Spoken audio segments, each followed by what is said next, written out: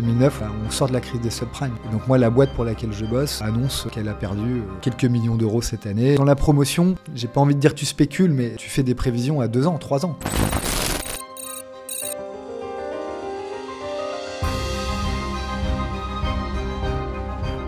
Aujourd'hui, il y a des règles, mais les maires ne les respectent pas forcément. Et c'est pour ça que l'industrie est en crise aujourd'hui. Et quand tu lui dis à ton vendeur, écoutez, votre terrain, il vaut plus 1 million, il vaut 500 000, s'il veut plus te le vendre, tu fais pas le projet. Il faut avoir conscience que dans l'immobilier, t'as pas forcément besoin d'argent pour pouvoir faire des gros deals. En France, aujourd'hui, tout est possible encore. Et tout le monde peut le faire. Mais il faut avoir envie. L'objectif, il est ambitieux. Moi, je veux bosser avec 10 000 agences immobilières dans les 10 prochaines années. Quelle est la décision la plus smart que tu as fait dans ta vie, celle qui a vraiment tout changé? Je crois que ce qu'il faut savoir, c'est que... Bienvenue dans le podcast Smart Talks, le podcast des investisseurs. Aujourd'hui, on a le plaisir d'accueillir Quentin Saint-Guilhem, un entrepreneur qui a décidé de réinventer le monde de l'immobilier en y injectant transparence, mais aussi technologie et expérience utilisateur. Quentin, bienvenue parmi nous et comment vas-tu? Super. Merci beaucoup Kevin de m'avoir invité. Je suis vraiment content de partager ce moment avec toi, c'est top. Trop cool, ça fait grave plaisir en tout cas de t'accueillir parmi nous dans nos locaux, ça a direct matché. Tu fais partie d'un monde, un univers qui est très demandé par les Français. C'est le monde de l'immobilier. On va pouvoir en parler parce que tu as une expérience qui est assez vaste. Tu as touché à tout dans le monde de l'immobilier. Tu as fait autant de l'achat-revente que du locatif aussi, de la gestion locative, mais aussi de la promotion immobilière. Aujourd'hui, tu es en train de développer un outil, on va pouvoir revenir dessus. Mais c'est vrai que tu as une expérience qui est assez solide et j'ai hâte qu'on puisse la partager. C'est un plaisir de te la partager. Je suis tombé dans l'immobilier quand j'étais petit, c'est pour ça. Mon père m'avait filé le virus. Incroyable, on pourra justement en reparler dans quelques instants. J'ai préparé une petite présentation, je vais me permettre de la lire correctement pour ne pas faire de fautes et ne rien oublier. Et tu me diras si ça te va juste après. Vas-y. Trop bien. Eh bien écoute, tu es le fondateur de Square Immo. C'est une plateforme immobilière qui propose une vente interactive révolutionnaire permettant aux acheteurs de faire des offres en temps réel et aux vendeurs de garder le contrôle. En moins d'1 an, tu as fédéré déjà 100 agences partenaires et tu continues d'innover avec l'IA, la data, une vision très claire. C'est refonder l'immobilier en plaçant l'humain et la transparence au cœur du système. Tu as travaillé sur des transactions immobilières à des dizaines, voire même des centaines de milliers d'euros en perso et via la promotion immobilière. On en reparlera durant cette discussion. Quentin, bienvenue à toi dans Smart Talks. Ton histoire, elle est assez folle parce que c'est l'histoire d'un entrepreneur qui a été formé par l'échec, mais qui a aussi été propulsé et qui se propulse grâce à une vision qui est très long terme. Tu as connu les galères dès ta première boîte, parce que tu avais 19 ans, si je ne dis pas de bêtises. J'étais un petit peu plus vieux, c'était pendant mes études. Pendant tes études? C'est quoi, 20 ans, la vingtaine? Je devais avoir 21 ans à peu près, ouais. 21 ans. Ouais. Ça reste quand même assez jeune, surtout c'était à une époque, on parle il y a à peu près 20 ans environ. Ouais, c'est 2003. Quasiment, ouais. Donc c'est quand même assez fou. Tu as grandi dans l'ombre d'un père entrepreneur à succès, puis tu as aussi été témoin de sa chute. On va pouvoir en parler, mais tout ça, ça t'a nourri. Tu as aujourd'hui une résilience qui est assez impressionnante et tu es en train de fonder quelque chose de très fort. Concrètement, c'est quoi le moteur qui permet d'avancer comme ça tous les jours, aussi vite, d'être déterminé, passionné et d'avoir envie de tout arracher, quoi? Écoute, comme tu l'as dit, tu vois, ma vie, elle est, malgré mon jeune âge, déjà assez riche. Je crois que ce qu'il faut savoir, c'est que dans la vie, de façon générale, tout ce qui tue part en plus fort. En tout cas, moi, c'est mon mindset. Je me cultive effectivement de l'échec, de la critique, pour toujours être quelqu'un de meilleur. Ça, c'est vraiment hyper important. Aujourd'hui, je suis quelqu'un qui fait preuve de résilience parce que j'ai eu la chance, dans mon parcours il y a maintenant 3 ans, avec un ami, de dîner et qui m'impulse une idée que je me suis du coup appropriée en lui proposant à l'époque de l'exécuter avec moi, mais il n'a pas voulu faire partie de l'aventure, dans laquelle je me suis vraiment senti hyper légitime. Et moi, je suis quelqu'un de challenge, en fait. C'est vrai que j'ai baigné dans l'entrepreneuriat, comme tu l'as dit, et bravo pour ta présentation, au travers de mon histoire familiale. J'avais un grand-père qui était promoteur, un de ses enfants qui avait travaillé avec lui, mon père qui a monté une boîte qui s'appelle Arthur Lloyd, qui effectivement a vécu la crise des années 90, qui a été la fin de son histoire entrepreneuriale à ce moment-là, en tout cas avec cette boîte. Et quand tu vis ça aussi, parce que j'ai eu beaucoup de chance, entre guillemets, pendant mon adolescence, mais qu'à un moment donné, il a dû réduire la voilure, ça te donne des valeurs, ça te donne je dirais, le sens du travail, quoi. Voilà. Et tu as envie je pense, d'aller de l'avant pour écrire ta propre histoire à un moment donné, quoi. Incroyable. On va revenir justement sur l'origine de l'entrepreneuriat. Donc c'est quelque chose qui est plus ou moins dans tes gènes, j'ai l'impression. Donc ça vient déjà du grand-père qui ensuite a transmis tout ça. C'est quoi un petit peu ton histoire aujourd'hui, si tu peux nous la remettre sur le tapis? Moi je suis né en 82. Mes parents se sont séparés très vite, donc on a chacun nos blessures. Moi j'ai vécu un divorce assez compliqué entre mes parents. Une mère qui était commerçante, mais seule pour éduquer ses 2 enfants. Un père qui était dans des belles années au moment où je suis né, mais qui a vécu un petit peu de difficultés. C'est vrai que côté parents, en fait, les 2 étaient un peu entrepreneurs, quoi, hein, donc j'ai goûté à ça au travers de leur histoire. J'étais pas quelqu'un qui était, je dirais, hyper assidu dans les études. Je me considère d'ailleurs pas comme un intellectuel et plutôt quelqu'un de manuel. Voilà, j'aime bien faire. Je suis pas, j'aime bien faire, mais après de façon réfléchie. Mais je suis pas quelqu'un qui me cultive de façon hyper assidue, quoi. Voilà. J'ai un goût pour les sensations fortes. J'ai un goût pour le challenge. Et je pense que l'entrepreneuriat, c'est un peu ça. Donc je me ressens vachement bien là-dedans. Le côté entrepreneur, c'est quelque chose que j'ai développé même un petit peu avant ma première boîte, parce que j'ai grandi en région parisienne, mais à 16 ans et demi, il se trouve qu'à Paris, tu sors beaucoup, même si généralement c'est réservé aux adultes. Et à 16 ans et demi, avec un de mes potes, on a rejoint une association et on organisait des fêtes de 1500 personnes. Et on avait envie, en fait, de changer un petit peu la façon de faire la fête à Paris, parce que les gens, je considérais, sortaient beaucoup pour se montrer plus que s'amuser. Et on avait une amie dont le père gérait une grosse boîte de vêtements de surf, qui était prêt à nous sponsoriser pour justement essayer d'apporter un côté un peu plus fun, un peu plus je dirais, moins m'as-tu vu, quoi. Voilà. Okay. Et donc déjà très jeune, à 16 ans et demi, on organisait ces soirées, et tous les week-ends, moi, ça me permettait de me faire un peu d'argent de poche, mais c'était déjà entre 7 et 10 000 balles par mois, enfin par soirée, quoi. Donc le principe de gagner de l'argent, ça te donne aussi de la valeur, parce que quand tu travailles et que tu construis de la valeur, c'est là que tu sais qu'à un moment donné, il faut bosser et qu'il y a un sens de l'effort à avoir, quoi. Et d'ailleurs, je trouve que cette valeur se perd aujourd'hui dans certaines générations. Mais c'est qu'un avis, quoi. Voilà. Après, c'est un sujet qui est assez vaste. On pourra en parler pendant des heures, mais est-ce que tu ne penses pas que c'est aussi grâce à tous les outils, on a l'impression que parfois c'est plus facile qu'avant, ou ça paraît plus facile qu'avant? Parce qu'avant, il fallait vraiment travailler, se la donner. Tu voyais les personnes qui partaient, qui revenaient tard le soir à la maison, qui partent tôt le matin, etc. Aujourd'hui, c'est vrai qu'on est dans une phase aussi où on a beaucoup plus d'outils, de facilité de faire les choses déjà depuis chez soi. Ouais, on est plus productif. Donc, c'est ça, on est plus productif, mais c'est vrai que ça fait aussi une apparence comme si on bossait moins.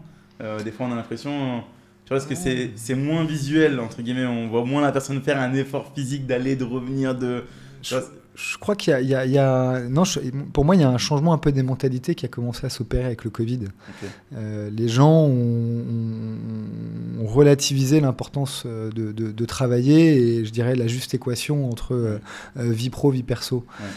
Au-delà de ça, c'est vrai que le monde y va vite aujourd'hui. Bon, avec l'intelligence artificielle, j'en parle même pas, mais depuis l'ère du digital qui s'est clairement accélérée depuis les années, on va dire...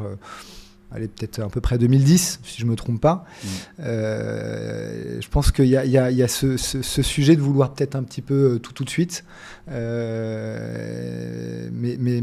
sans se casser les dents avant. Et donc, voilà. Il y a un changement de mindset. Il y a un changement de mindset, ouais. C'est vrai. Et c'est un avis, en tout cas. C'est vrai, je le vois aussi. Je partage ça, mais des fois, je me pose des questions en me disant, est-ce que ce n'est pas une fausse croyance qu'on se fait à cause de des outils qu'on a, etc. Mais en tout cas, je partage aussi l'idée. Comment tu as fait pour atterrir dans l'immobilier? Donc, j'imagine que dans la famille, justement, c'est déjà quelque chose qui était déjà là. Ouais. Comment ça s'est fait, cet enchaînement de choses? Parce que, bon, tu fais des soirées, Ouais. tu fais des sous. Moi, je me Ouais. dis, c'est cool, j'aurais continué, tu vois. Pourquoi ce switch? Ouais, À quel j'aurais moment? pu, ouais. Qu'est-ce qui s'est passé? J'aurais pu. Non, alors tu vois, c'est assez intéressant parce que j'ai tendance à raconter ça de cette façon. C'est que j'ai eu la chance, dès 16 ans, de en gros savoir ce que je voulais faire. Ok. Et c'est con, mais mon père était dans des années où il avait bien réussi. Et on dit souvent que les chiens font pas des chats. À 16 ans, j'avais déjà une idée un peu assez certaine de goûter au métier qu'il avait fait. Et donc en conséquence, quand j'ai eu le bac haut la main avec 350 points au rattrapage, et donc j'ai eu 8,00 et 10,00, je te raconte pas. C'était vraiment, mais putain, merci la vie de me l'offrir et de pas de m'imposer d'en refaire un autre, de refaire une année. Bon, bref. J'ai fait une école de commerce. Là, je me suis clairement bien épanoui parce que j'étais déjà plus dans le concret. Je faisais partie de l'association du BDE, quoi, hein. On avait monté le BDE avec un pote, donc j'ai pu refaire un peu d'événementiel. Et la première année, j'avais un stage à faire et forcément, j'ai fait un stage dans l'immobilier d'entreprise. J'avais une certaine facilité parce que comme j'avais été un peu biberonné au métier que faisait mon père, je me suis éclaté, quoi, en fait. J'ai fait 1 mois et demi de stage et j'ai fait une transaction dans le premier mois et demi, ce qui est pas toujours le cas pour quelqu'un qui apprend le métier. Et du coup, ça m'a vraiment donné un goût à ce métier-là. Après, ce qu'il faut savoir, c'est que l'immobilier, c'est vrai qu'il y a 100 métiers différents. Je savais que je ne voudrais pas faire ce métier toute ma vie et que assez rapidement, donc la transaction, voilà, je pense que c'est une très bonne école, encore plus en immobilier d'entreprise, parce qu'on touche à des métiers avec des institutionnels, avec des mairies, on travaille sur des projets de développement, et je pourrais revenir un petit peu dans ma première expérience professionnelle. Voilà, je savais que je voulais faire ça, mais je savais que je voulais entreprendre aussi. Et en fait, tu parlais de ma première boîte qui était un échec. Je serai un tout petit peu plus nuancé parce que j'ai pas perdu d'oseille et en fait, je garde que le bon entre guillemets de l'expérience. L'idée, je l'ai eue quand j'étais en 2e année d'école de commerce.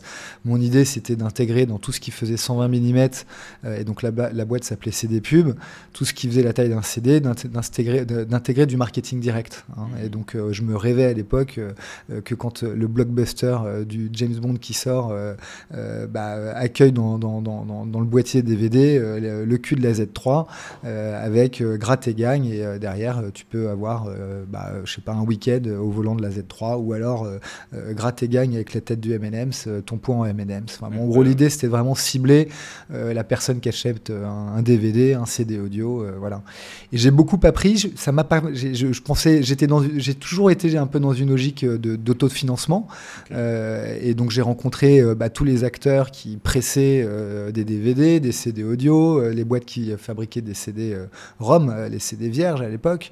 Et donc ça a été très riche. Après, l'histoire, elle a été écourtée tout simplement parce que mon père m'a dit à un moment donné qu'il voulait pas être le banquier de CD Pub. J'ai été diplômé en 2004 et donc voilà, il m'avait donné jusqu'à la fin d'année pour me débrouiller. Et je pense que c'est la meilleure chose qu'il ait fait parce que de toute façon c'est comme ça que j'ai grandi, quoi, hein. J'ai eu de la chance, mais j'ai pas grandi avec une cuillère en or dans la bouche, ouais, bien loin de là. Et donc en fait, j'ai décidé de moi-même même d'arrêter l'aventure avant décembre pour profiter encore d'un petit sursis que j'avais et partir à l'étranger et me décoincer un peu avec l'anglais, quoi. Voilà. Incroyable. Et l'anglais aujourd'hui, ça va bien? Ouais, je suis fluent. Pour manger, dormir et voyager, je suis au top. Bon, nickel. Et d'ailleurs, t'es allé où pour ce pays? C'est lequel? Je suis parti en Australie. Grosse erreur. Ah ouais? Ouais, grosse erreur. Bah ouais, parce qu'ils ont un gros accent et du coup, t'apprends moins vite que quand tu vas. C'est plus compliqué. Quand tu vas dans d'autres pays, quoi. En Angleterre, par exemple, c'est peut-être plus recommandé. En l'occurrence, ouais, je pense. Incroyable. Mais bon, super expérience. J'ai fait la fête. Tu apprends aussi des belles choses là-bas parce que c'est un autre monde, c'est notre façon de voir les choses. Ouais, c'est notre culture. Notre culture, ouais. Donc forcément, ils ont des visions un peu différentes. Peut-être t'as pas eu le temps d'exploiter à fond parce que je pense que c'est pas très long comme séjour, non? Je suis resté 4 mois et demi. À l'origine, j'avais même un working holiday, donc un visa où je pouvais rester 1 an. Et je pensais trouver un stage dans l'immobilier d'entreprise parce que c'est là-dedans que je voulais un peu démarrer ma carrière. Et parce que c'est vrai que quand l'aventure CD Pub s'est terminée, tout de suite je me suis dit ok, quand il va falloir que je bosse, je reviens à l'immobilier d'entreprise. Et en fait, pour être tout à fait transparent, j'ai fait 3 mois de cours d'anglais. Et ensuite, je devais embrayer effectivement dans un boulot, quoi. Et le stage, pas réussi à choper quelque chose. Je comptais un petit peu peut-être, et trop d'ailleurs, sur des contacts que mon père pouvait avoir pour essayer de trouver une opportunité. Finalement, je trouve du boulot, parce que du boulot là-bas, t'en as. Hein. Tu claques des doigts, tu ouvres le journal, et en tout cas à l'époque, c'était il y a 20 ans, tu ouvrais le journal et il y en avait du boulot. Et donc, je trouve un boulot, je fais un entretien pour aller vendre un abonnement téléphonique moins cher en faisant du porte-à-porte. Et il se trouve que... j'étais peut-être pas fait pour ça et du coup même si je suis pris que je commence à closer quelques clients voilà, en sonnant à la porte, j'ai fait je crois j'avais fait à peu près 15 jours et il y a un matin comme je faisais la fête 4 jours par semaine où je me suis pas vu à 40 degrés avec un costume et une cravate en train de faire ça et du coup j'ai décidé d'arrêter. Et en fait, je suis rentré par moi-même. Parce que j'avais l'impression d'avoir fait le tour. Et comme je savais que je voulais bosser dans l'immobilier d'entreprise, dans le conseil en immobilier d'entreprise, voilà, c'était quoi, à peu près février 2005. Et j'ai démarré le 4 avril, je crois, 2005, à l'époque, tout de suite, dans une belle boîte, DTZ Jantoire. C'était ma première expérience professionnelle. Et pourquoi l'immobilier d'entreprise? Est-ce que c'est parce que ton père a induit un petit peu cette décision, c'est ça, hein? Complètement. Pas parce qu'il y a peut-être plus de bénéfices à faire là-dessus ou quoi que ce soit. Encore une fois, ça je l'ai appris qu'après. L'immobilier d'entreprise, pour moi, c'est la meilleure école de l'immobilier. En tout cas, pour apprendre, pour se familiariser avec l'industrie et toucher effectivement à plusieurs métiers et un écosystème avec une multiplicité d'acteurs. Parce que tu vas travailler avec des institutionnels qui ont en place des équipes d'asset management qui gèrent des actifs. Tu vas travailler avec des opérateurs, à la fois des marchands de biens mais également des promoteurs. Tu vas travailler avec des mairies pour avoir une lecture sur de la création de valeur et donc sur un PLU. À l'époque, on était au POS, aujourd'hui on est au PLU. Et donc, finalement, voilà, ça te permet de toucher à pas mal d'autres métiers pour peut-être rebondir aussi à un moment donné. Moi, j'ai pas mal de copains qui ont commencé dans le conseil en immobilier d'entreprise. Donc, c'était des agents immobiliers qui vendaient ou louaient des espaces tertiaires, des bureaux principalement. Ce qui n'a pas été mon école d'ailleurs, je pourrais y revenir, mais moi, je vendais des boîtes à chaussures. Donc, tu vois, des locaux d'activité, des bâtiments industriels et des entrepôts, quoi, en gros. Donc, c'était un petit peu moins noble, mais en fait, c'est très, très formateur. Et contrairement à ce que l'idée préconçue que j'avais au début, qui était d'aller faire de la transaction de bureau dans le Triangle d'Or à Paris, quoi. Ouais, c'est noble, tu travailles avec des avocats et tout, mais en fait, tu touches pas à justement ce que c'est qu'un PLU, tu touches pas à une friche industrielle qui a pu sa place en termes d'urbanisme, avec de la création de valeur que tu peux aller chercher avec des opérateurs sur des opérations de promotion, par exemple. Hein, voilà. Et donc, c'est vrai que la première expérience que j'avais eue avait été hyper formatrice. Et je sais pas si c'est un peu mon père qui m'a mis les doigts dans le cerveau, mais la réalité, c'est que c'est beaucoup plus valorisant de discuter avec un chef d'entreprise, ou en tout cas, tu apprends vraiment quelque chose, parce que tu touches à plein d'autres business. Hein. Moi, j'ai fait des clés en main pour des boîtes pour des tôleries, pour des chaudronneries, des gens comme ça. Tu as besoin de te mettre un petit peu dans leur business pour comprendre le cahier des charges et répondre aux besoins, quoi. Et la réalité aussi, c'est que les volumes sont plus importants. Forcément, hein, je crois que la transaction la plus basse que j'avais fait à l'époque quand j'étais dans le métier, ça devait être un local d'activité qui était à 300 ou 400 000 euros, quoi, tu vois, alors que c'est peut-être la moyenne des transactions en France, on est plutôt à 200 000 euros, si je me trompe pas. Et sinon, comme j'étais pas plafonné, je faisais du 0,5 000 m², je vendais pas mal de bâtiments entre 1,5 million, 2,5 millions, quoi. Donc forcément, tu as des honoraires qui sont plus sympas. Ouais, l'argent fait pas le bonheur, mais il y contribue un petit peu quand même, hein, et ça donne un peu de liberté, quoi. Donc voilà, même si c'est pas une fin en soi, faut savoir aussi se satisfaire de ce qu'on a dans la vie, parce que sinon, si tu espères toujours avoir plus, à la fin, tu vis pas heureux, je pense. 100%. Voilà, donc l'immobilier, ouais, un vrai virus qui m'a été donné par mon père, par mon grand-père, qui a eu des très belles années avant de se casser la figure lui-même aussi dans les années 90. Mais voilà, quand tu as une histoire familiale qui t'emmène, qui te fait découvrir ça, bon bah tu peux ou pas, avoir envie d'écrire quelque chose d'un peu similaire, quoi. Incroyable. En tout cas, ça a été une expérience assez intéressante, mais qui t'a permis de switcher sur un autre domaine par la suite. Et si je ne me trompe pas, c'est promotion immobilière, c'est ça? Tout à fait, ouais. Comment ça s'est fait, ce virage-là? En fait, c'est vrai que d'une certaine façon, je dirais que le métier de promoteur, c'est pour moi le métier le plus noble. Tu pars d'un terrain à bâtir, ou tu pars d'une friche ou d'un immeuble, je dirais, qui est plus dans... qui est dans son jus et qui a plus de positionnement adapté, et c'est un métier de projet, hein, c'est un métier de projet où tu laisses derrière toi quelque chose. Il n'y a rien de plus valorisant que de passer devant un immeuble sur lequel tu es parti de rien.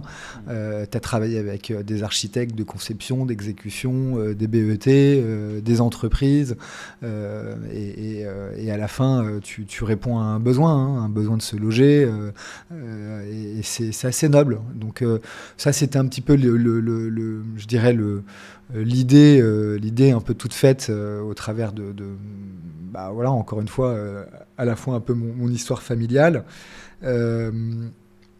Après, tu vois, dans la vie, pour moi, il n'y a rien qui arrive par hasard. Et d'une certaine façon, même si j'avais cette idée de toucher à ce métier un jour, j'ai eu beaucoup de chance, parce qu'en 2009, je crois à peu près, 2009, on se prend une crise on sort de la crise des subprimes, grosso modo. Et donc moi, la boîte pour laquelle je bosse annonce qu'elle a perdu quelques millions d'euros cette année, et qu'elle envisage de faire un licenciement économique, un plan de licenciement, en mettant en place des contrats qui seraient entre guillemets imposés aux collaborateurs, et pour essayer de créer des départs naturels. En fait, j'ai levé la main, j'ai eu de la chance parce que j'ai sollicité une personne pour le rejoindre et travailler dans la promotion. On a déjeuné, donc je me suis sécurisé, et tout de suite derrière, j'ai embrayé tout de suite dans ce nouvel environnement, dans ce nouveau métier. Incroyable. Et d'ailleurs, en l'espace de 18 ans, avant de lancer Square Imo, moi, j'ai jamais arrêté, j'ai jamais pris de vacances entre deux métiers dans lesquels j'ai changé. J'ai fait trois boîtes, entre guillemets, mais à chaque fois, j'ai fait un préavis. J'étais dispensé de préavis, et donc je démarrais, donc je cumulais 2 boulots pendant 3 mois, ce qui était pas mal aussi. Incroyable. Ça faisait des petites rentrées sympas quand même. C'est bien, ça booste un peu. Quand tu as double salaire pendant 3 mois, c'est bien. Mais bon, tu as double fatigue, et c'est normal aussi, c'est mérité. À double fatigue, je sais pas, mais T'as oublié, de toute façon, on oublie. Ouais, c'est vrai. Mais je faisais pas 2 boulots en même temps. Ah, tu les faisais pas en même temps? Non, j'étais dispensé de préavis. Donc, mais quand même payé. D'accord, c'est cool. J'avais un préavis rémunéré, mais. Ça, c'était un bon deal. Parfait. Bon négociateur, du coup. Je sais pas, écoute, c'est. Ça, c'est pas mal pour justement la promotion immobilière. Je pense que c'est un très gros atout qu'il faut avoir, la négociation, ou je me trompe? Si, c'est important, c'est important, surtout pour bien acheter, parce que c'est le nerf de la guerre dans l'immobilier, pour bien l'acheter. Voilà. D'autant plus que dans la promotion, j'ai pas envie de dire tu spécules, mais bon, tu fais des prévisions à 2 ans, 3 ans. Quand tu vends sur plan, ton programme, il n'existe pas. Oui. Tu vends sur plan, comme ça s'appelle. C'est le principe de la vente en l'état futur d'achèvement. Et en conséquence, en général, d'ailleurs, c'est à peu près ce qui s'observe. Le neuf, c'est entre 20 et 25% plus cher que de l'ancien. Okay. Tu vois. Après, t'as pas de gros travaux sur les copros, t'as généralement moins de charges, parce qu'aujourd'hui, avec les objectifs de performance énergétique et la RE 2020, t'as des immeubles qui sont plutôt basse consommation, etc. Mais tu payes plus cher. Bien sûr. Et concrètement, si tu dois expliquer le métier de la promotion immobilière, comment tu l'expliquerais? Vraiment de façon très simple, à quelqu'un qui ne connaît pas. En quoi ça consiste et quel est l'objectif? Alors, très simple, tu pars d'un terrain. Ok. Toujours terrain vide? Non, pas forcément, parce que tu peux faire de la construction neuve, mais aussi de la réhabilitation lourde. Okay. En gros, tu pars d'un actif, mais tu vas garder que l'ossature et les planchers. Okay. Et ça peut être un immeuble de bureau avec changement d'affectation. en logement, en résidence-service, en hôtel, donc il y a pas mal de choses.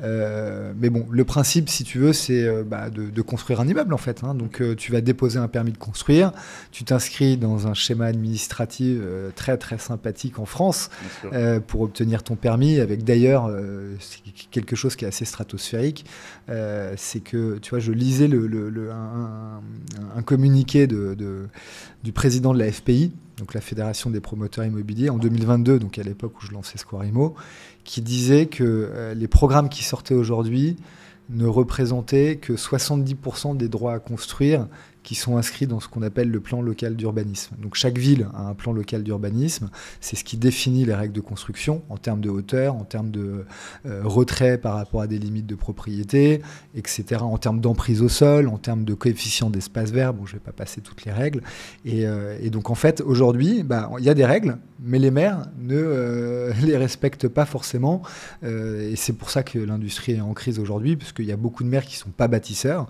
or il y a clairement un besoin de logement. Mais bon, à leur défense, c'est vrai que quand tu construis des immeubles, qui plus est de logements dans une commune, derrière, il faut qu'il y ait les équipements publics qui suivent, c'est-à-dire des écoles, des commerces, etc. etc. Et ça, c'est à prendre en compte. Parce donc, que je les défends un peu quand même. C'est les maires qui vont, eux, par exemple, décider où est-ce qu'il va y avoir des constructions. Alors, qui vont autoriser la construction sur certains terrains plus que d'autres. Parce qu'en gros, moi aujourd'hui, je peux pas acheter un terrain vide à un gars et construire une tour. Voilà. non. Okay. Non. Dans chaque ville, tu as donc un PLU et un plan de zonage. Okay. Dans les plans de zonage, va y avoir une orientation pour dire ici, on va faire une zone industrielle ou une zone économique. Okay. Ici, on va faire une zone plutôt résidentielle. Okay. Et dans cette partie-là, on va faire une zone mixte. Donc, tu auras des immeubles collectifs et également du tertiaire aussi. Voilà. Et ensuite, grosso modo. Et donc, il y a des règles de hauteur, etc., qui sont définies, et de densité, entre guillemets. Quoi. Okay. Voilà. Ouais. Oui, pour pas se retrouver avec une usine en plein milieu d'une ville. Exactement, ouais. Okay. C'est plus dans ces concepts-là. Ouais. Et du coup, dans ce métier, quand tu démarres, c'est un métier où est-ce que, en tant qu'investisseur, moi, je peux me positionner avec un gars comme toi qui s'y connaît dans la promotion immobilière, justement, tu fais des deals avec des investisseurs qui sont chauds et motivés, toi tu trouves des opportunités. Comment ça se passe exactement en fait finalement? Si moi aujourd'hui je veux monter un projet, je sais que ça va peut-être me coûter 10 millions, comment je fais? Faut bien s'entourer, comme tout, hein. Je pense que c'est valable à la fois dans la promotion mais dans une aventure entrepreneuriale, hein. Et d'ailleurs à ton niveau tu dois le vivre aussi, je pense, hein. Et de nos échanges, j'ai compris que tu avais une putain d'équipe, donc bravo d'ailleurs, parce que c'est super ce que tu fais. En gros, si tu veux, l'investisseur... Alors, je vais essayer de bien répondre à la question. Oui, tu as de l'argent, tu peux avoir envie de l'investir. Aujourd'hui, d'ailleurs, tu as des fonds qui te permettent de participer à des projets de valorisation, donc plutôt peut-être marchands, ou même de promotion. Ça s'est beaucoup démocratisé avec le crowdfunding, qui est un secteur un petit peu en crise parce que l'industrie est en crise aussi, donc il y a beaucoup moins d'argent qui est levé. Il y a eu surtout des opérations qui ont, je dirais... était un échec, donc ça a refroidi certains investisseurs, hein. Après, c'est toujours le risque, c'est quand tu as du rendement, tu as plus de risques en face, quoi, hein. Et donc à l'époque, je crois que les crowdfunders, comme des boîtes comme Anaxago, Wizid, etc., tu avais à peu près entre 8 et 12 points de retour sur investissement, avec le risque de tout perdre. Et aujourd'hui, il y a quelques projets qui sont un peu à l'arrêt ou je dirais avec une grosse croix rouge où les investisseurs ne sont pas certains de tout récupérer. Donc, comment c'est possible d'arriver à ce point-là? C'est que, en général, un projet à l'arrêt, c'est qu'il manque de fonds. Alors, pas forcément. Non, je pense que c'est un petit peu un peu plus compliqué que ça. Et je vais revenir, moi, sur mon expérience qui a démarré en 2009. En 2009, en région parisienne, j'ai envie de dire qu'il y avait...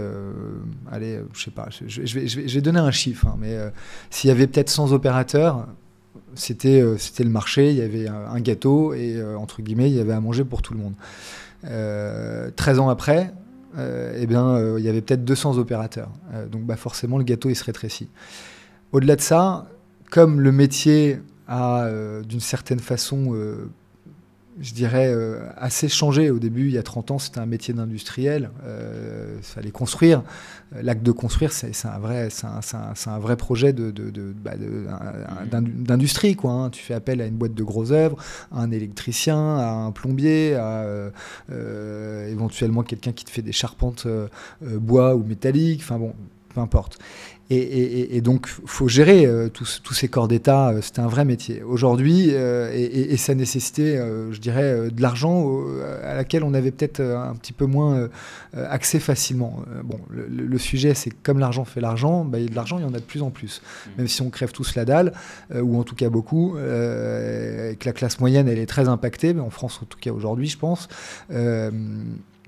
Eh bien, la réalité, c'est qu'il y a eu une multiplicité des acteurs parce que l'accès à l'argent était plus facile et donc il y a des gens qui sont improvisés promoteurs. Et c'est hyper dangereux parce que finalement, on était dans un marché qui était très haussier, hein, et là, il s'est clairement corrigé depuis 2 ans avec la remontée des taux, etc. Si bien que finalement, quand tu te positionnes sur un projet et que tu penses vendre 5 000 € à Lyon, un programme neuf, mais que tu te prends une remontée de taux en passant de 1 à 3, bah les gens, ils n'ont plus les moyens de te payer le logement à 5 000 €. Donc, toi, tu as pris un engagement vis-à-vis d'une promesse où tu as investi dans un permis de construire, investi dans ce qu'on appelle les premières études. Il y a 2 solutions. Soit tu abandonnes le projet parce que ton équation, elle ne fonctionne plus. L'équation, c'est très simple, hein. Tu as un haut de bilan, c'est le chiffre d'affaires. Mais si ton chiffre d'affaires, tu as perdu 20% sur les prix, la réalité, c'est que derrière, ton coût de construction, c'est toujours le même. Et encore que le coût des matériaux, il a quand même vachement augmenté depuis 3-4 ans. Hein. Ça a été assez compliqué pour certains promoteurs, en tout cas sur certaines opérations. Et je dirais que, en fait, voilà, tu as ton coût de construction, tu as tes honoraires techniques, donc les architectes, les BET, etc. Tu as tes frais financiers. Ta marge, mais tout ça, c'est conduit. Enfin, le seul levier sur lequel tu peux interagir, c'est le coût d'acquisition du terrain. Si tu dis à un vendeur que tu es prêt à lui acheter 1 million d'euros son terrain, qui pense être d'ailleurs assis souvent sur un tas d'or, hein, et tu as toujours des promoteurs avec des développeurs qui vont pas jusqu'au bout des opérations, qui négligent un petit peu ce qui va se passer et le niveau de renégo qu'il va falloir mettre en place après. Mais quand tu lui dis à ton vendeur, écoutez, votre terrain il vaut plus 1 million, il vaut 500 000, s'il veut plus te le vendre, tu fais pas le projet, hein. Et auquel cas, tu peux perdre de l'argent sur tes premières études. Et ce qui s'est passé pour toutes ces boîtes de crowdfunding, c'est que tout simplement, les opérations étaient lancées. Donc, ils avaient acheté les terrains, ils avaient vendu quelques appartements, mais à un moment donné, le marché est l'arrêt. Tu vends plus. Si tu vends plus, tu n'as plus de flux de trésorerie qui te permettent de construire le projet, sauf si le banquier te prête, mais faut-il encore qu'il te le prête. Et voilà, et à un moment donné, tu bouffes la marge, et une fois que tu as bouffé la marge, tu bouffes les fonds propres. Hein. Mais parce qu'en fait, si je comprends bien, c'est que tu prépares le projet en amont, tu commences à vendre le projet aux gens avant même de le lancer réellement. Donc il faut déjà être rapide sur ce coup-là. Pour te donner un ordre d'idée, une opération de promotion, c'est à peu près 15% d'equity. 15%. Tu vois, de fonds propres. 15% de fonds propres. Donc de toi-même, tu as engagé, mais c'est de toi-même les études, etc. Ou alors des amis, l'entourage, quoi. C'est pour payer les premières études et pour couvrir le risque. Le risque que le banquier est prêt à prendre, parce que tu as une partie d'equity et tu as une partie de dette. C'est une ligne de crédit que le banquier t'ouvre. Et c'est le promoteur qui prend tout à sa charge directement, c'est centralisé sur une personne? Sur un véhicule qui est isolé, une SCCV en général, une société civile de construction. D'accord, ok. Ou là, par exemple, toi, tu as une SCCV, tu m'as dit? Moi, non. SCCV. SCCV, SCCV. Imaginons, c'est toi qui en as une. Tu peux par contre avoir plein d'investisseurs qui viennent investir à travers toi finalement. Tu vas fédérer des investisseurs qui seront associés dans la SCCV avec des règles de partage sur la marge éventuellement. Parce qu'aujourd'hui, il faut avoir conscience que dans l'immobilier, tu n'as pas forcément besoin d'argent pour pouvoir faire des gros deals. Nous, dans la promotion, la dernière opération que j'ai livrée, c'est une opération de 28 000 m² avec Villemotte. Donc, j'étais salarié de la boîte de promotion. Alors, ce n'est pas la dernière opération. En tout cas, c'est la dernière de la première boîte pour laquelle j'ai bossé. Mais peu importe. Pour donner un ordre d'idée, je saute un peu du coq à l'âne, c'est une opération que j'ai développée en 2015 et qu'on a livrée en 2023. T'imagines, 8 ans. Il faut les avoir bien accrochés. Ouais. Bon, elle était un peu particulière parce qu'en fait, on avait acheté, je dirais, sans conditions suspensives, 2 immeubles qui appartenaient à L'Oréal, 2 immeubles de bureaux, un qu'on a rasé, sur lequel on a, je dirais, acheté un terrain. À l'arrivée, c'était un terrain, puisque même s'il y avait 9000 m² de bureaux à l'époque, on a rasé et on a développé un projet de 28 000 mètres. Cette opération-là, il se trouve qu'à l'époque, on l'a donc acheté sans conditions, on l'a financé avec effectivement des investisseurs, des fonds propres. Nous, on gardait une grosse partie de la marge à chaque fois. Et on l'a revendu à un autre opérateur avec le permis de construire. Mais on est resté dans la SCCV et c'est cet opérateur qui a fait les fonds propres. Et on avait quand même 50% de la marge. Donc, tu vois, c'est le nerf de la guerre dans l'immobilier. Ça, c'est le conseil que je peux donner à tout le monde. C'est apprenez à calculer. Voilà, apprenez à bien calculer et ensuite, je dirais, c'est la création de valeur et le bilan d'opération que tu es capable de monter qui va te permettre d'aller chercher de l'argent. Et l'argent, tu peux très facilement aller voir des investisseurs et leur dire, écoutez, j'ai un super deal, vous faites 100% des fonds propres et on fait 50-50. Nous, moi, la boîte pour laquelle je bossais, finançait ses fonds propres de cette façon-là. Mais du coup, ça induit quand même que tu dois être super bon dans les deals. Parce que pour que quelqu'un qui mette lui la trésorerie, qui prenne en gros le risque financier, on va dire, il faut que la rentabilité derrière, le mec il s'y retrouve quand même parce qu'il va reprendre. Bien sûr. Il met l'entièreté des fonds, mais il prend que 50% des bénéfices. Je sais pas si tu vois ce que je veux dire. Et j'ai l'impression que c'est un peu. Alors, je pense qu'il y a toujours des moyens de faire des sous, c'est sûr, mais j'ai l'impression que des fois c'est un peu compliqué. Ou en tout cas, moi, j'ai jamais fait de promotion, jamais fait de promotion, ni même aussi des biens commerciaux ou en marchand. Moi, je fais que du locatif. Et tu vois, je me dis, mais comment, par exemple, en locatif, moi, j'ai les compétences aujourd'hui, je manque de fonds. Putain, va trouver un bien qui soit où tu as fait tes calculs, où les loyers te rapportent, allez, on va dire quoi, tu vises quel pourcentage en fait, tu vois, pour te dire que le mec en face, il va être convaincu. Tu vois, 10%, 15% de rentabilité. Non, en fait, je pense que... Alors ça, c'est juste un conseil, c'est très personnel. Moi, j'ai moins ton expérience, tu vois, dans la partie investissement locatif. Et je pense qu'il ne faut pas forcément avoir d'associé pour faire de l'investissement locatif. Parce qu'à un moment donné, tu peux avoir... la vie est longue. Et donc, si tu es sur du long terme, à un moment donné, tu peux avoir des événements de vie, des sujets très personnels qui font que tu n'es plus aligné. Et quel dommage de devoir se confronter à soit un rachat de parts entre associés, soit d'arbitrer un actif que tu aurais bien aimé toi garder, mais tu n'en as pas les moyens. Donc, le côté, pour moi, investisseur et un peu spéculatif, il est sur des opérations qui sont court-moyen terme. Moyen terme, c'est 3, 4, 5 ans maximum. Maximum. Mais généralement, si tu veux, les fonds propres, c'est le promoteur qui les met au début pour financer les premières études. Donc, il faut quand même qu'il montre qu'il est prêt à engager un petit peu de l'argent dans un projet, parce que si tu engages de l'argent dessus, c'est que tu y crois. Par contre, l'investisseur, quand il peut aller se substituer sur ses fonds propres à un moment donné pour pouvoir justement permettre un réemploi, les opérations, je veux dire, une opération, c'est à peu près 36 mois en termes de taille et de construction. Mais la réalité, c'est qu'une fois que tu as vendu 100% de ton programme, tes fonds propres, tu les récupères avant même que tu aies livré. Tu vois Parce que quand tu as tout vendu, tu as récupéré l'argent déjà.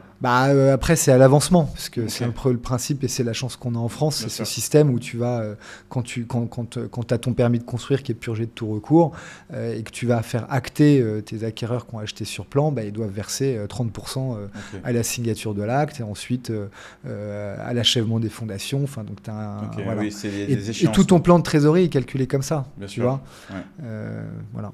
C'est grave intéressant, c'est passionnant. Ouais. Et c'était quoi la rentabilité à peu près attendue si aujourd'hui des personnes veulent investir, ou en tout cas des investisseurs auprès de après, il y a plusieurs... Qu'est-ce qu'on attend comme rendement moyen ? En général, un investisseur, quand il investit de l'argent à risque, il va chercher un ROI, en gros un TRI plutôt, on va dire, de 15 points, quoi, annualisé. 15 points sur annualisé. Annualisé, ouais. Donc si tu lui rends son argent au bout de 18 mois, ça fait 22,5, quoi. Voilà.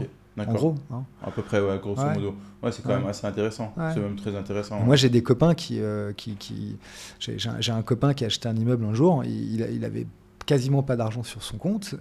Il a bloqué un deal et il l'a fait financer. Et c'est un peu comme ça aussi qu'on apprend, tu vois. Et il a fait financer ça par des investisseurs. Je crois qu'il a acheté je sais pas s'il a acheté. Il a dû faire 30% de marge. Ces investisseurs, ils ont dû faire quasiment à peu près x4 en 2 ans. Ouais, c'est énorme. x4 en 2 ans. Énorme.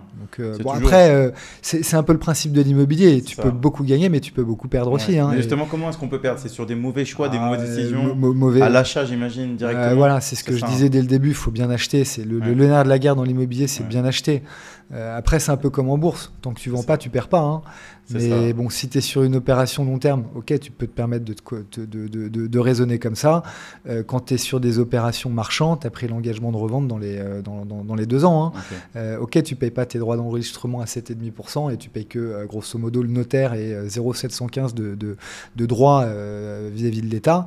Mais derrière, faut revendre dans les 2 ans. Sinon, tu te prends les 7,5, ça te bouffe ta marge et tu n'as plus rien. Tu vois, ça, je connaissais pas. Donc, quand tu es marchand de biens, tu as un deal qui fait que tu payes que le notaire quand tu achètes. Alors je connais plus le code des impôts, mais en gros c'était ça. Ouais. Et c'est pas que le notaire. Tu payes, au lieu de payer 6,02 ou peut-être un peu plus maintenant en fonction des communes, tu payes 0,715 sur le prix d'acquisition.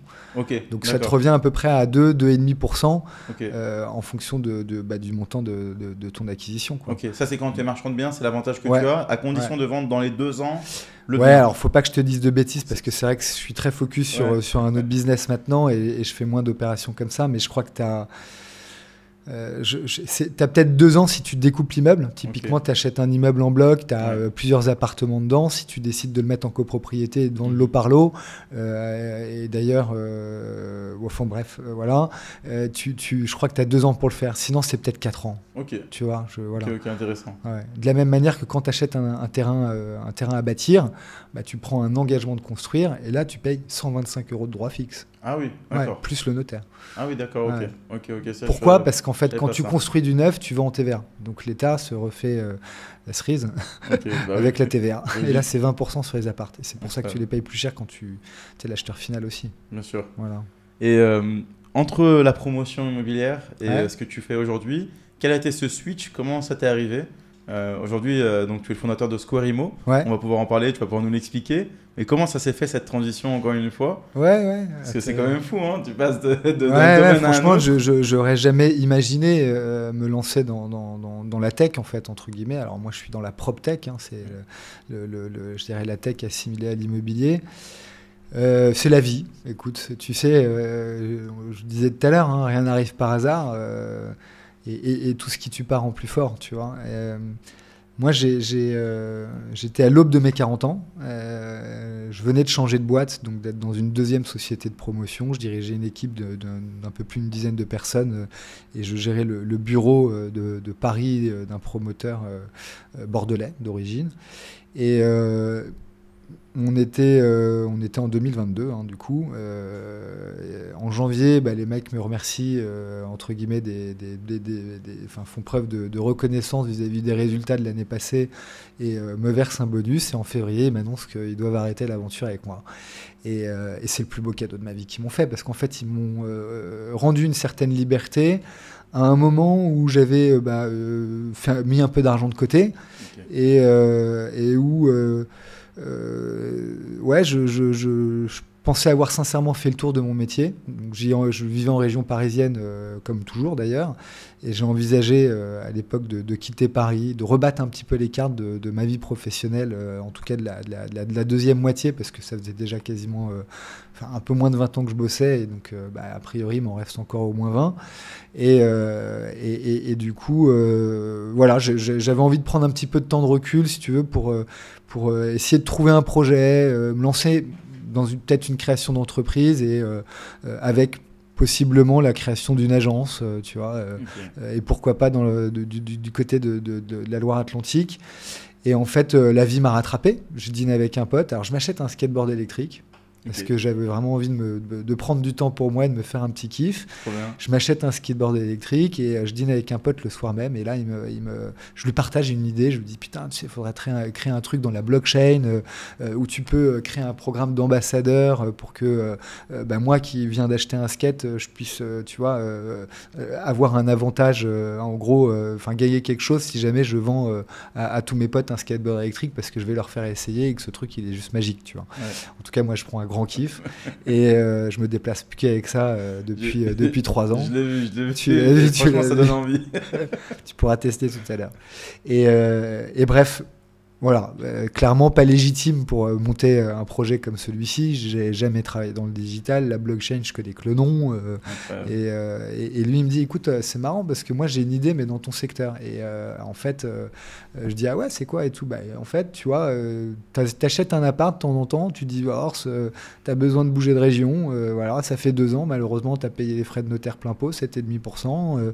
T'as refait des travaux monstrueux dedans et t'as envie de vendre, mais t'es pas certain que tu vas atterrir sur tes pattes. Faudrait créer un site internet où on pourrait, entre guillemets, mettre les photos de notre appart sans prix. Et c'est un peu, voilà, t'envoies le message au marché, genre fais ton offre, quoi, balance ton prix. C'est l'occasion qui fera le larron, je serai peut-être vendeur. Et en fait, il m'a juste dit ça. Et derrière, alors j'ai essayé de le chauffer pour qu'il rejoigne le truc. Lui, il venait de faire un exit dans la boîte dans laquelle il était. Et il se relançait sur d'autres choses, mais bon, voilà, il était un peu entre deux. Et en fait, il n'avait pas l'énergie. Et moi, écoute, c'est simple, du jour de ce dîner-là, derrière, ça a été 25 heures de sommeil les 15 jours qu'on suivit. Et je suis parti, j'ai exécuté, et j'exécute encore. Et je lâcherai rien. Incroyable. Parce que voilà, c'est vrai que j'ai une bonne culture dans l'industrie.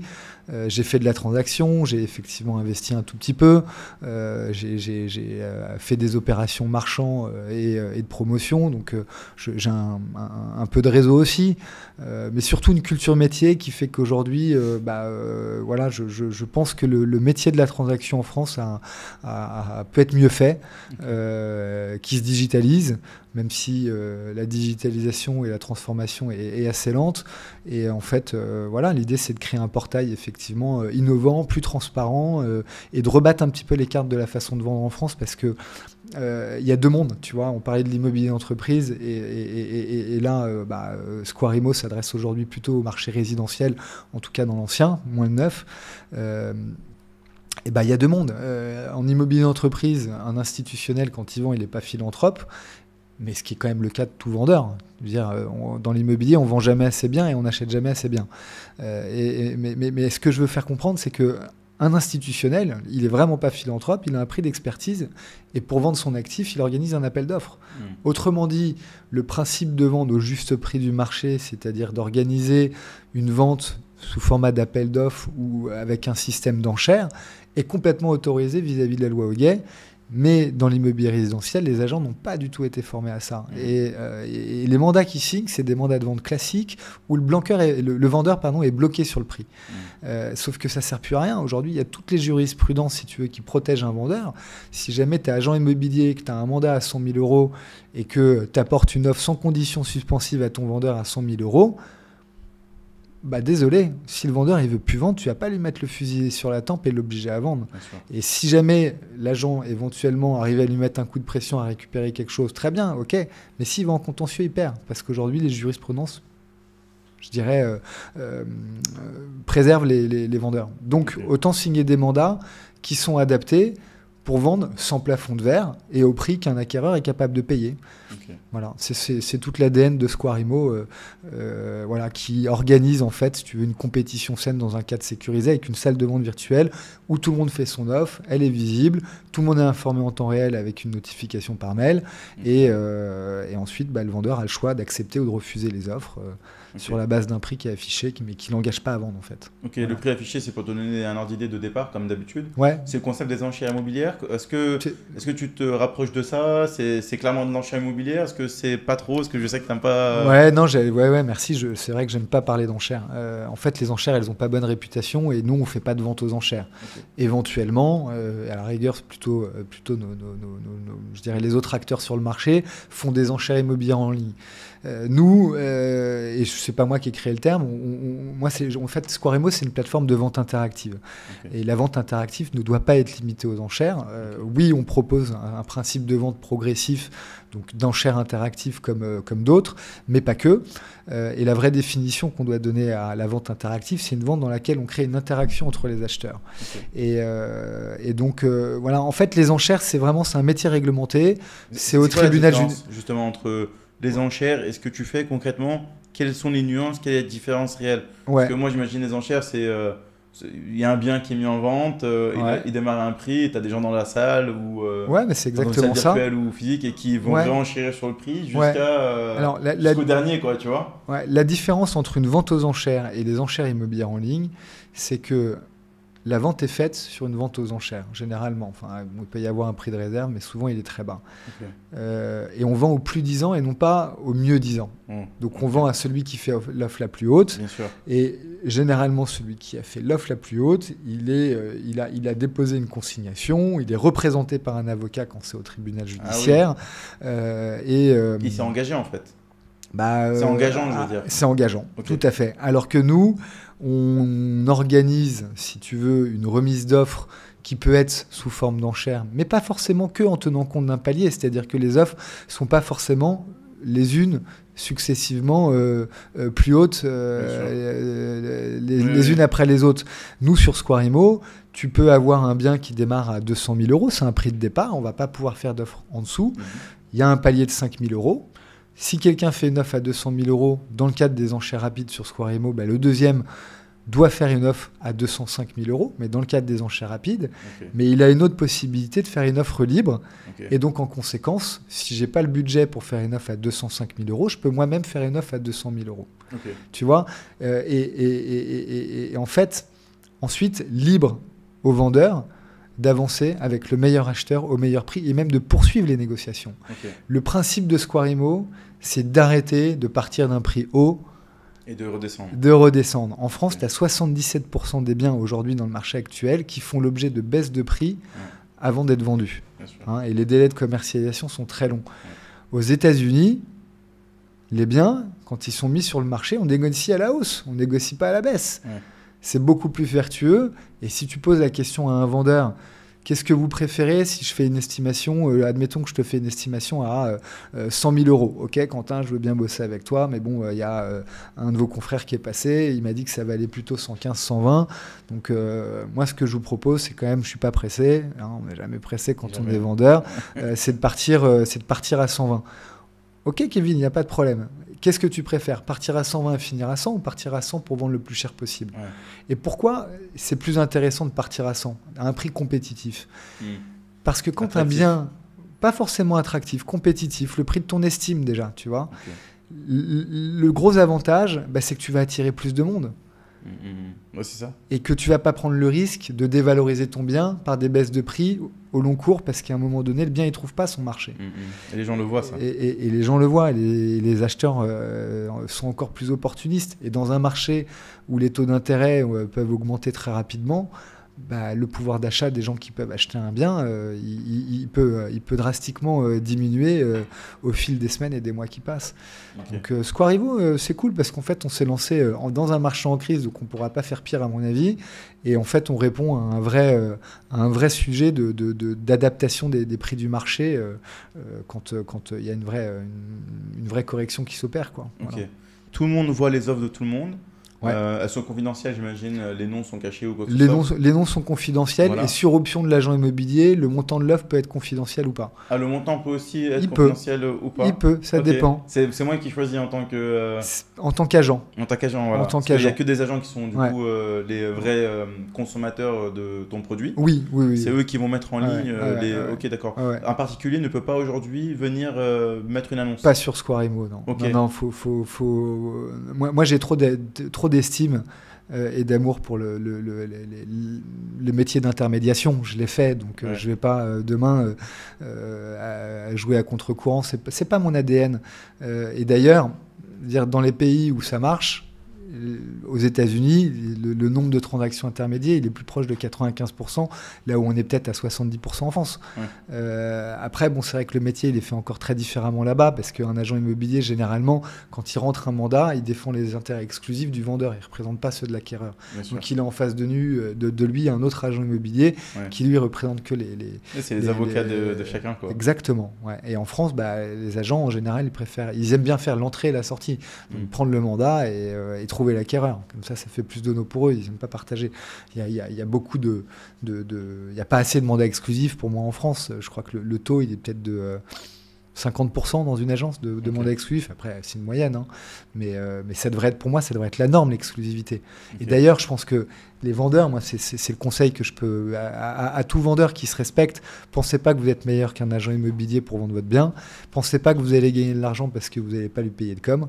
Ne pensez pas que de mandater plusieurs agences, c'est ce qu'il y a de plus efficace et que vous allez multiplier les acquéreurs. La réalité, c'est qu'il ne faut pas créer une compétition entre agences.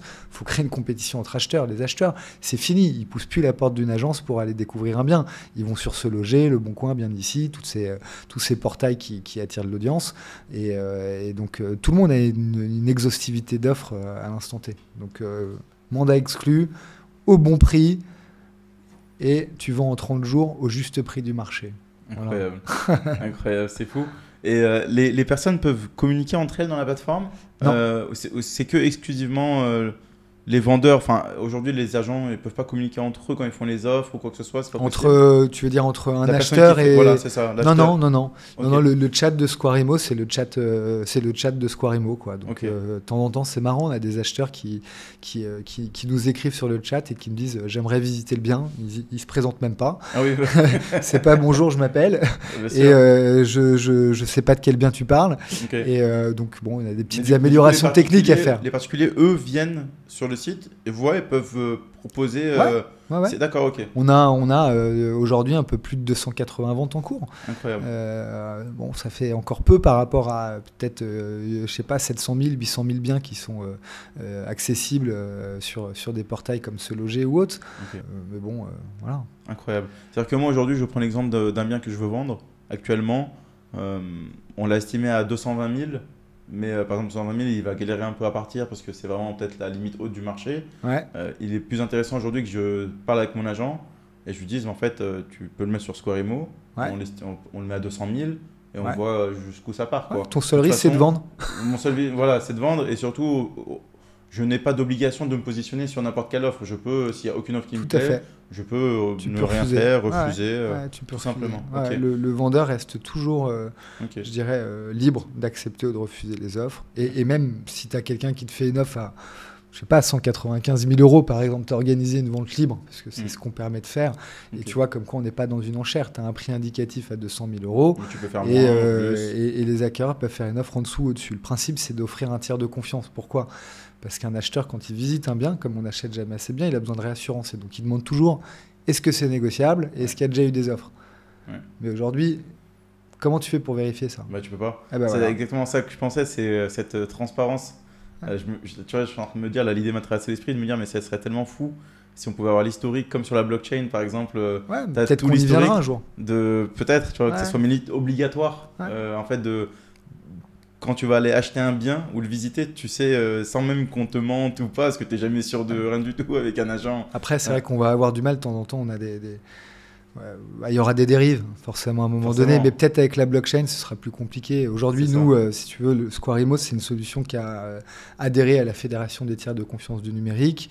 C'est une fédération dans laquelle tu as YouSign, tu as BNP, voilà, et tu as 3 référentiels dans cette fédération qui sont autour du contrôle d'identité, autour de toute la partie KYC, tu sais, pour Know Your Customer, en gros, bien connaître son acheteur, dans une logique de anti-blanchiment, en fait. Et tu as le principe de l'eurodatage. L'eurodatage, oui, tu peux vraiment l'assurer de façon optimisée avec la blockchain, mais tu as déjà un eurodatage qui peut être fait avec de la signature électronique, qui peut être fait avec déjà un log informatique, à condition de travailler avec des gens sérieux qui ne s'amusent pas à modifier les données dans une base de données. Bon, clairement, nous, si tu veux, on a un engagement de confiance vis-à-vis de ça. Et aujourd'hui, même si on a des améliorations à faire, on intervient sur le contrôle d'identité et sur de l'eurodatage, sur des remises d'offres. Donc aujourd'hui, quand tu vas sur Squarimo, tu vois participant avec un code, effectivement ses coordonnées son nom est confidentiel, et tu as la date et l'heure de son offre. De son offre, ouais, voilà. exactement. Comme ça, tu sais exactement qu'est-ce qui s'est Ouais. dit. Et toi, en tant qu'investisseur, tu peux aujourd'hui aller faire de super bonnes affaires, j'imagine aussi. Parce que concrètement, si tu as 280 offres et que les prix sont toujours à un prix inférieur au marché un petit peu, est-ce qu'il y a des règles? Après, c'est chacun fait comme il veut. Alors, de temps en temps. Marqué, toi, finalement, non, mais sur toutes les ventes, nous, on a. Alors, sur nos partenaires, pour comprendre un petit peu comment on les forme, quand ils organisent une vente progressive, la décote, donc le prix de départ, il va être effectivement attractif, décoté entre 5 et 15% par rapport au montant de leur estimation. Le point de référence, c'est toujours leur estimation. Okay. Si on est en début de commercialisation, la décote, elle sera toujours moins importante que quand le bien est ce qu'on appelle usé, c'est-à-dire après 3 mois, 6 mois de commercialisation. Donc, dans certains cas, et aujourd'hui sur Squarimo, on a à peu près 35% de ventes progressives, dans certains cas, oui, le prix affiché est volontairement bas, mais il ne faut pas espérer que le vendeur accepte une offre à ce montant-là. Okay. Tu vois. Mais c'est possible. Et donc, je ne sais pas si... et moi, sans doute qu'il y a des coûts à faire sur Squarimo, mais il ne faut pas penser que les biens qu'on commercialise sont des biens sur lesquels il y a un problème, oui. Comme les biens que tu peux retrouver effectivement dans le cadre de saisies judiciaires et notamment dans le cadre de vraies enchères, okay. Où les biens ont été... où il y a un problème et il y a un effet d'opportunité qui va derrière. Qui est différent. Voilà. Okay. Et ensuite, quand on est en vente libre, le prix indicatif, c'est volontairement... un prix qui est plus proche de l'estimation de l'agent, quoi, tu vois. Voilà. Donc, sans doute qu'il y a des coûts, mais je suis incapable de te dire, tiens, sur ce bien-là, le vendeur, il est comme ça. Je suis pas capable de te dire quand est-ce que le bien, quand est-ce que le vendeur a initié sa commercialisation.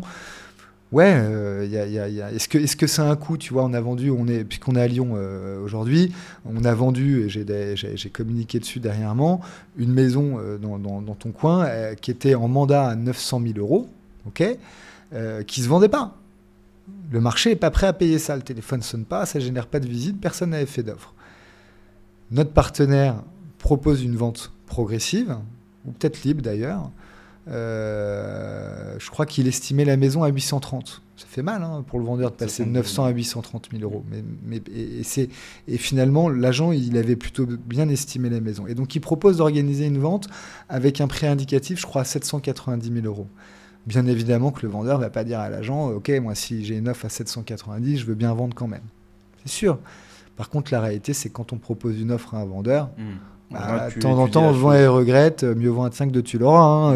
Tu n'es pas sûr dans 6 mois d'avoir la même offre. Donc, faut bien analyser les choses. Et ça, j'interpelle tout vendeur qui pense avoir une offre trop vite et trop basse, de pas forcément toujours bien la considérer. Parce que des cas comme ça, on en a vu plein. Ils ont une offre, le bien, il était à 300 000, ils ont une offre à 240. 6 mois après, le bien, il est présenté à 240 et les gens vont négocier plutôt à 200. C'est ouf, Donc, ouais. Mais ça peut arriver. Ah, ça arrive souvent. Dans le marché actuel, ça arrive souvent. On le voit beaucoup là. Tout ça pour finir l'exemple que je te donnais là à Lyon. On présente le bien à 790 000 €. Ça relance la commercialisation. Il y a des appels et un intérêt du marché. Et il y a un gars qui fait une offre à 800 000 €. Le vendeur, il a négocié, il a fait une contre-offre et le bien s'est vendu 810. Incroyable. Tu vois. Donc, et je pense que quand notre partenaire a proposé la stratégie, clairement, il lui a pas, lui a pas dit ok, à 810 je vends. Non. Bien sûr. Mais bon, le marché et donc, est-ce que c'est un coût 810 000 € par rapport à 900 000 €, c'est comme un tableau Excel, un bien immobilier. Tu penses être assis sur un tas d'or. Et d'ailleurs, dans la promotion, souvent les propriétaires fonciers, ils pensent être assis sur des tas d'or. Ils déchantent un petit peu aujourd'hui, mais voilà. Donc, c'était pas un coût, c'est le prix que le marché était prêt à payer aujourd'hui, quoi. Voilà. Aujourd'hui, tu as signé avec près de 100 partenaires? Non, un peu plus. Ouais, j'ai pas trop rebondi là-dessus. Ouais. Aujourd'hui, on a à peu près 1300 utilisateurs enregistrés sur la plateforme, donc des professionnels de l'immobilier qui peuvent utiliser notre plateforme.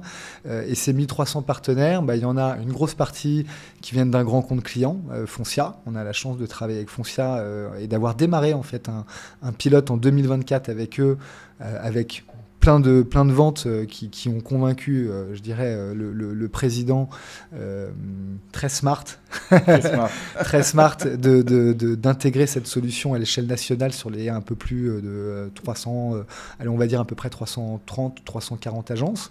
Okay. Et donc aujourd'hui, voilà, on a une adoption grandissante de la part des collaborateurs avec un appui, je dirais, des équipes au siège pour mettre en place une vente interactive avec notre solution.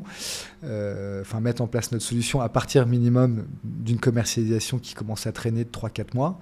Et sinon, on a d'autres clients, des mandataires immobiliers rattachés à des réseaux et des agences indépendantes. Et c'est quoi qui les a séduits, tu penses? C'est quoi qui les séduit le plus dans ton produit?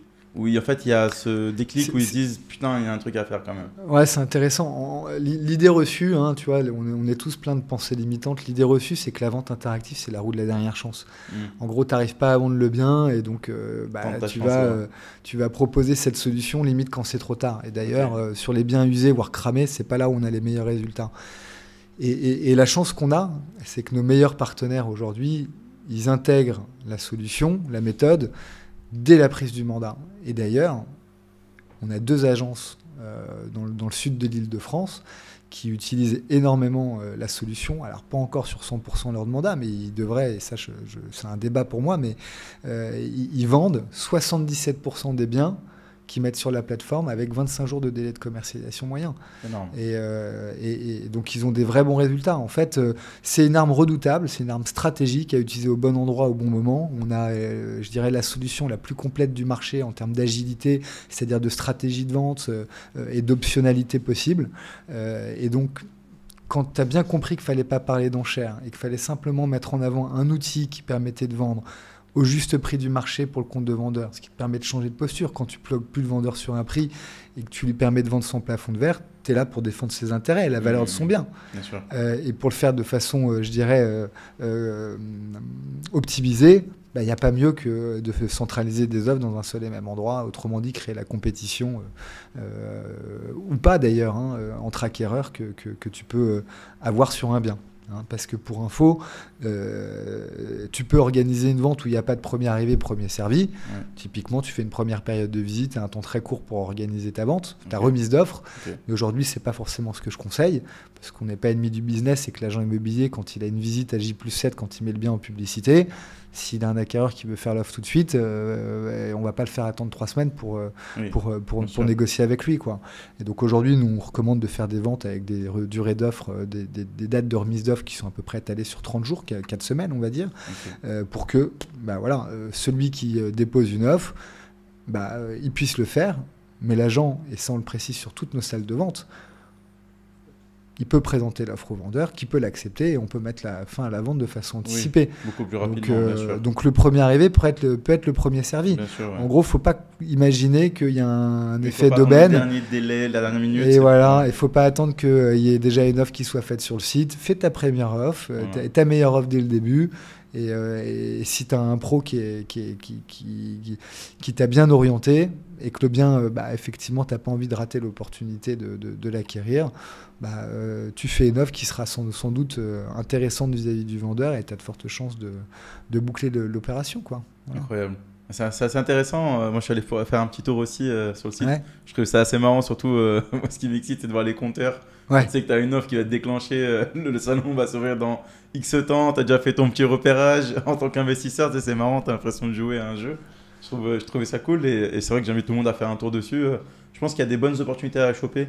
Je parle vraiment en positionnement pas particulier qui achète sa maison ou quoi que ce soit, mais plutôt en tant qu'investisseur où tu peux faire des bons plans. Ouais. En fait, je pense qu'il y a quand même des bonnes opportunités à choper, surtout que comme tu l'as dit, si le bien déjà ne se vend pas forcément parce que le marché n'est pas très réactif aussi, si je me positionne, le vendeur, tout le monde voit la proposition. La proposition en plus, tu vois, ça parle plus que juste un mec qui t'a dit, un agent qui dit à un vendeur, tiens, il a proposé tant, tu vois, le voir, ça permet de réfléchir, ça permet de cogiter. Je pense qu'en tant qu'investisseur, il y a quand même des coups à jouer sur la plateforme où on peut aller faire un petit tour et choper. Non, mais t'as raison, c'est vrai que j'ai pas envie de trop mettre ça en avant, mais il y a forcément des biens qui se vendront peut-être très légèrement en dessous de leur valeur réelle, Tout simplement parce qu'il y a de la création de valeur possible, parce que l'immeuble ou le bien est entre guillemets rincé, que ça nécessite des travaux et que tout le monde n'est pas prêt à faire des travaux. D'ailleurs, aujourd'hui, les biens qui se vendent, c'est souvent les biens sur lesquels tu n'as rien à faire parce que les gens n'ont pas envie de faire ça. Tout le monde n'a pas la fibre à aller effectivement faire des travaux, se projeter surtout aussi. C'est pas, on a tous nos habitudes. Donc Squarimo, et d'ailleurs je reviens dessus, c'est pas Squarimo, c'est Squarimo, c'est français encore, et c'est avec un seul M comme j'aime, ou alors se démarquer. Incroyable. Et donc si vous nous cherchez, SQUARIMO. Bon, peu importe. Et je mettrai dans tous les cas dans la description le lien pour avoir accès à tout ça, et à ton profil LinkedIn. Mais je m'en amuse, moi tu sais, j'étais donc jeune négo. Ça remonte, donc c'était en 2005-2006, donc dans mes premières années de conseil en immobilier d'entreprise. Et j'avais un entrepôt à vendre, tu vois, c'était peut-être la première transaction et on était vraiment dans la fourchette autour de 400 000 euros, comme je te disais, quoi. Donc c'était un local, il devait faire à peu près 600 mètres, je sais plus, 600 mètres carrés, donc un local d'activité. Et je l'avais en mandat à 600 000 euros. Et il y a un marchand qui arrive, qui investissait beaucoup, donc il faisait un peu de création de valeur, mais il investissait surtout, donc il était peut-être plus avec une casquette d'investisseur à l'époque. Et il y a un marchand qui arrive et avec qui j'organise la visite, et il me dit: je vais vous faire une offre, Quentin, parce que ça m'intéresse, je vais vous faire une offre. Ah, super, c'est cool, faire une offre, machin et tout. Et par contre, ça c'était la bonne nouvelle, mais la mauvaise nouvelle, c'est que je vais faire une offre à 400 000 euros. Oh non, putain, vous pouvez pas faire ça, c'est pas possible, j'ai un mandat à 600 000 euros, ça va jamais passer. Limite, je vais perdre le mandat, le vendeur il va rigoler, c'est pas sérieux et tout. Tu as pour obligation, je te coupe, mais est-ce que tu as pour obligation de proposer l'offre au vendeur? C'est une obligation? Bien sûr. Mais ça, personne ne peut le vérifier. Tous les détenteurs d'une carte de transaction sont dans l'obligation de transmettre les offres. Alors quand elles sont faites verbalement, t'as pas écrit. Je veux dire, après, c'est pas évident, hein. Mais en toute logique, oui. En toute logique, ça devrait être transmis. Je vois de temps en temps sur des réseaux... non, moi je prends pas d'offres en dessous de 30%. Enfin, je prends pas d'offres qui sont faites à 30% en dessous du prix. La réalité, c'est que... On est d'accord que l'agent IMO, plus le prix est bas, plus la commission est basse aussi, en fait. L'agent IMO a tout intérêt de vendre au plus cher aussi. C'est dans son intérêt. Oui, sur le principe, oui, bien sûr. Sur le principe, oui. Après, après c'est chacun son ADN, hein, mais mieux vaut un tien que de tu l'auras. Hein. Bien sûr. Donc... mais bon, en l'occurrence, tu vois, ce marchand, il m'a dit quoi à l'époque? Il m'a dit: Quentin, désolé, mais bon, de toute façon, vous êtes obligé de transmettre mon offre. Donc, il m'a rappelé la vérité du métier que je faisais. Il avait plus de bouteilles que moi, donc voilà. Et bon, de toute façon, je l'aurais fait parce que voilà, après, tout dépend comment tu la présentes aussi. Et il m'a surtout dit une chose. Il m'a dit: mais vous savez, je vais vous apprendre quelque chose, c'est que le papier n'a jamais refusé l'encre. Et va sur Squarimo, sur la page j'achète, et tu vois, il y a une petite phrase qui est marquée en gros: faites votre offre car le papier n'a jamais refusé l'encre. Et tout ça pour dire, de temps en temps aussi, un acheteur, quand il voit un bien, typiquement une maison à Lyon à 900 000 euros, il peut se dire: mais le vendeur il est tombé sur la tête, je serais mal élevé de lui faire une offre à 810. Il y a des acheteurs qui vont raisonner comme ça. Bien sûr. Et bon, c'est sûr que si tu es au bout d'une semaine de commercialisation, tu peux raisonner comme ça et l'agent va te dire: mais non, mais de toute façon, elle sera jamais acceptée. Mais la réalité, c'est que la maison, tu vois, on l'a vendue 810 000 euros alors qu'elle était affichée 3 semaines avant à 900 000. Bien sûr. Oui, mais on a changé de biais d'ancrage. On est parti à 790 et on a négocié à la hausse. 810, exactement. C'est ça change, c'est beaucoup plus intéressant. Même psychologiquement, pour le vendeur, il a l'impression de faire une bonne affaire plutôt que de se faire avoir, en gros, ou de dire: j'ai perdu de l'argent, entre guillemets, quoi. Il y a un truc, moi, qui m'interpelle toujours, parce que c'est vrai qu'il faut passer par des professionnels du métier. C'est peut-être mieux pour acheter ou autre, peu importe, parce que tu vois, en tant qu'investisseur, des fois, tu as envie de chercher par toi-même pour augmenter ta marge, que tu fais moins de tu passes plus en solo pour pas donner des commissions à tout va, entre guillemets, et tu te dis: j'économise, parce que mine de rien, il n'y a pas de petits sous. Justement, tu vas rebondir dessus, parce que je sais que tu as ton avis. Moi, je te parle avec une réflexion que j'ai. Et d'un côté, je me dis aussi des fois passer par des... comment on fait pour choisir ces bons agents IMO ou des personnes compétentes? Parce que en fait, je fais une proposition, Mais derrière, si moi, l'agent IMO, c'est un mauvais commercial, la proposition, s'il la présente mal, en fait, je peux passer à côté de super deals potentiellement parce que la personne l'a mal présenté. Tu vois, moi, je trouve ça très frustrant d'acheter un bien de quelqu'un, mais de ne pas voir ce quelqu'un et j'ai l'intermédiaire. Ouais, je comprends. Et ça, tu vois, ça me dérange pas de donner une com limite au mec parce qu'il a fait le boulot de faire la visite, etc. Je m'en fous complètement, tu vois. Mais me dire, putain, moi j'ai envie de négocier parce que je suis un négociateur, un vendeur. Bien sûr. Et de passer en direct par le mec, même si je donne une com, je m'en fous, tu vois. C'est tout ce. Franchement, tu vois, Kevin, je pense que l'immobilier, c'est un métier d'homme, avec un grand H. Donc si tu veux bien acheter, il faut que tu te constitues un bon réseau d'agents, des gens de confiance. Que tu connais, qui vont penser à toi quand ils ont une opportunité, déjà, et qui, effectivement, défendront tes intérêts à partir du moment où tu leur écris que tu leur fais une offre. Mais si tu cherches des biens sur Se Loger, sur Le Bon Coin, et que tu connais pas les mecs, il y a toujours ce risque. Après, ça, c'est la logique quand tu achètes. Par contre, quand tu vends, si tu veux, c'est très français. Il y a 8 Français sur 10, je crois, qui tentent de vendre en direct. Et à l'arrivée, tu en as 3 sur 10 qui arrivent. Donc, ça veut dire qu'il y en a 5 qui se sont cassés les dents. Et qui, à partir du moment où ton bien traîne sur le marché, le nombre de dents que tu te casses, il est encore plus nombreux, tu vois. Parce que ça veut dire qu'ils sont partis d'un prix qui est trop haut et à l'arrivée, finalement, ils doivent vendre avec un agent et forcément, ils auront réactualisé un petit peu leurs prétentions et plus le temps passe, plus tu peux avoir aussi un peu la corde au cou. Hein. Typiquement, quand tu achètes quand t'achètes mais que tu dois revendre derrière, donc que tu passes par un prêt-relais, si au bout d'un certain temps, t'as pas remboursé la banque, ça commence à faire mal, tu vois. Bon, bref, tout ça pour dire que quand tu es acheteur et que tu as en face de toi un vendeur qui vend en direct, tu sais qu'il n'y a pas d'honoraire. Donc de toute façon, il va négocier. Alors que l'agent, il est là pour faire tampon. L'agent, il est neutre dans l'appréciation du bien, où le vendeur pense qu'il est toujours assis sur un tas d'or, que les travaux qu'il a faits, qui sont juste horribles, mais qui lui ont coûté très cher, en fait, dévalorise son bien plutôt que le valorise, tu vois. Donc, c'est important, même si, à la rigueur, tu décides de vendre en direct, fais toujours appel à des professionnels, ne serait-ce que pour te faire une idée du marché. Et prends plusieurs avis, parce que personne n'a de boule de cristal. Tu as de la data, mais la data, elle est périmée. Je veux dire, quand tu vas sur Etalab ou DVF ou tous les outils, si tu veux, qui existent et qui recensent les transactions réalisées, elles arrivent avec 6 mois de retard. Le service de publicité foncière, il publie les chiffres qui sont communiqués par les notaires que 6 mois après. En 6 mois, le marché, il bouge. Après, donc, en fait, les estimations peuvent être très faussées en 6 mois, 1 an. C'est pour ça que la meilleure façon de vendre, c'est de confronter l'offre et la demande. Et pour la confronter, il ne faut pas partir d'un prix qui est surévalué, il faut tenir compte d'une offre disponible à l'instant T, de transactions réalisées, d'une appréciation de professionnels qui sont sur le terrain et qui connaissent la disparité entre une rue et une autre, parce que toi, tu habites à côté d'un aéroport, les avions, ils ne te gênent pas, mais bon, c'est pas pour autant que celui qui va kiffer ta maison et sera prêt à l'acheter ne va pas appliquer une décote parce que y a quand même des nuisances, tu vois. Bien sûr. Donc, petite question qui m'interpelle. Aujourd'hui, si je veux faire de l'argent dans l'IMO, moi, investir dans l'IMO, est-ce que tu me recommandes un secteur plus qu'un autre? C'est-à-dire peut-être partir sur le commercial, tu sais, on avait parlé pas ta première expérience.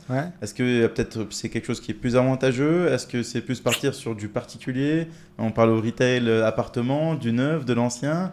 Est-ce que tu as comme ça un petit peu des pistes où si toi aujourd'hui, là, maintenant, je te donne un capital, on va dire peu importe ce que tu as, quoi. Après, peut-être qu'en fonction du capital aussi, ça change. Bien sûr. Tu vois, la voie n'est pas la même. Si on fait petit capital, moyen capital, grand capital. Mais c'est qu'un avis très personnel. Bien sûr. C'est un avis très personnel. Moi, tu vois, j'ai pas, je pourrais pas dire que je suis un investisseur immobilier à titre personnel aguerri. Ouais, j'ai fait gagner beaucoup d'argent à des boîtes et j'ai pratiqué le métier, j'ai acquis une expertise. Et d'ailleurs, si un jour je m'inscris dans une belle aventure entrepreneuriale qui me permet d'investir de l'argent, je reviendrai à mes premiers amours et à l'immobilier. Mais les rares investissements que j'ai faits, ou en tout cas c'était plutôt l'ADN que j'ai cultivé, c'est de me dire qu'il faut avoir moi je suis un entrepreneur un petit peu tu vois, qui mesure son risque. Je suis pas une tête brûlée. La réalité c'est que d'ailleurs aujourd'hui j'ai pas le droit à l'erreur et je suis père de famille, donc je gère ma boîte en bon père de famille. J'ai pas de plan B, tu vois. Donc il y a qu'un plan et c'est tout. Il y a qu'un plan, une vision et ça prendra le temps qu'il faut. Et donc je m'achète le temps pour pouvoir arriver à exécuter. Bon, c'est un autre sujet. Mais en gros, pour limiter son risque, la meilleure façon de faire, c'est finalement d'acheter plutôt un immeuble plutôt que de plusieurs appartements. Okay. Tu vois, qu'un premier, un deuxième. Pourquoi ? Parce que si tu achètes un premier appart et que ton locataire ne paye plus les loyers, derrière, tu n'as plus rien pour rembourser la banque. Tu vois. Ou alors, il faut avoir de l'argent de côté pour pouvoir assurer le remboursement du crédit. Parce que généralement, tu n'achètes pas cash. Hein, tu fais du levier. En tout cas, je conseillerais toujours de faire du levier. L'argent ne coûte pas cher. Même quand on te prête de l'argent à 3,5, c'est pas cher en fait. Hein. Faut pas... voilà. Mais il faut bien acheter de l'autre côté. Donc, j'aurais tendance à dire, soit tu achètes plusieurs petits appartes, mais tu essaies de le faire très rapidement et pas tout de suite. Typiquement, plutôt que d'acheter un appartement à 300 000 balles, un seul, achète-en 3 à 80 000, 3 à 100 000. Okay. Tu vois. Mais comme ça, tu limites ton risque. Tu n'auras jamais 3 locataires qui arrêtent de payer les loyers en même temps. Ok, ou alors c'est vraiment que tu n'as pas de chance. Ou alors c'est vraiment que tu n'as pas de chance. Parce que l'autre, dans tous les cas, tu n'as pas le droit à l'erreur une fois. Mais l'autre, tu divises le risque par 3. Avec 2 locataires, il y a des chances que si tu es un peu en cash flow positif par rapport à ton investissement, c'est-à-dire que les loyers couvrent un petit peu plus que la dette, hein, que le remboursement d'emprunt, que tu puisses finalement, même quand tu as un vide locatif, continuer à rembourser ton crédit. C'est tout con, mais...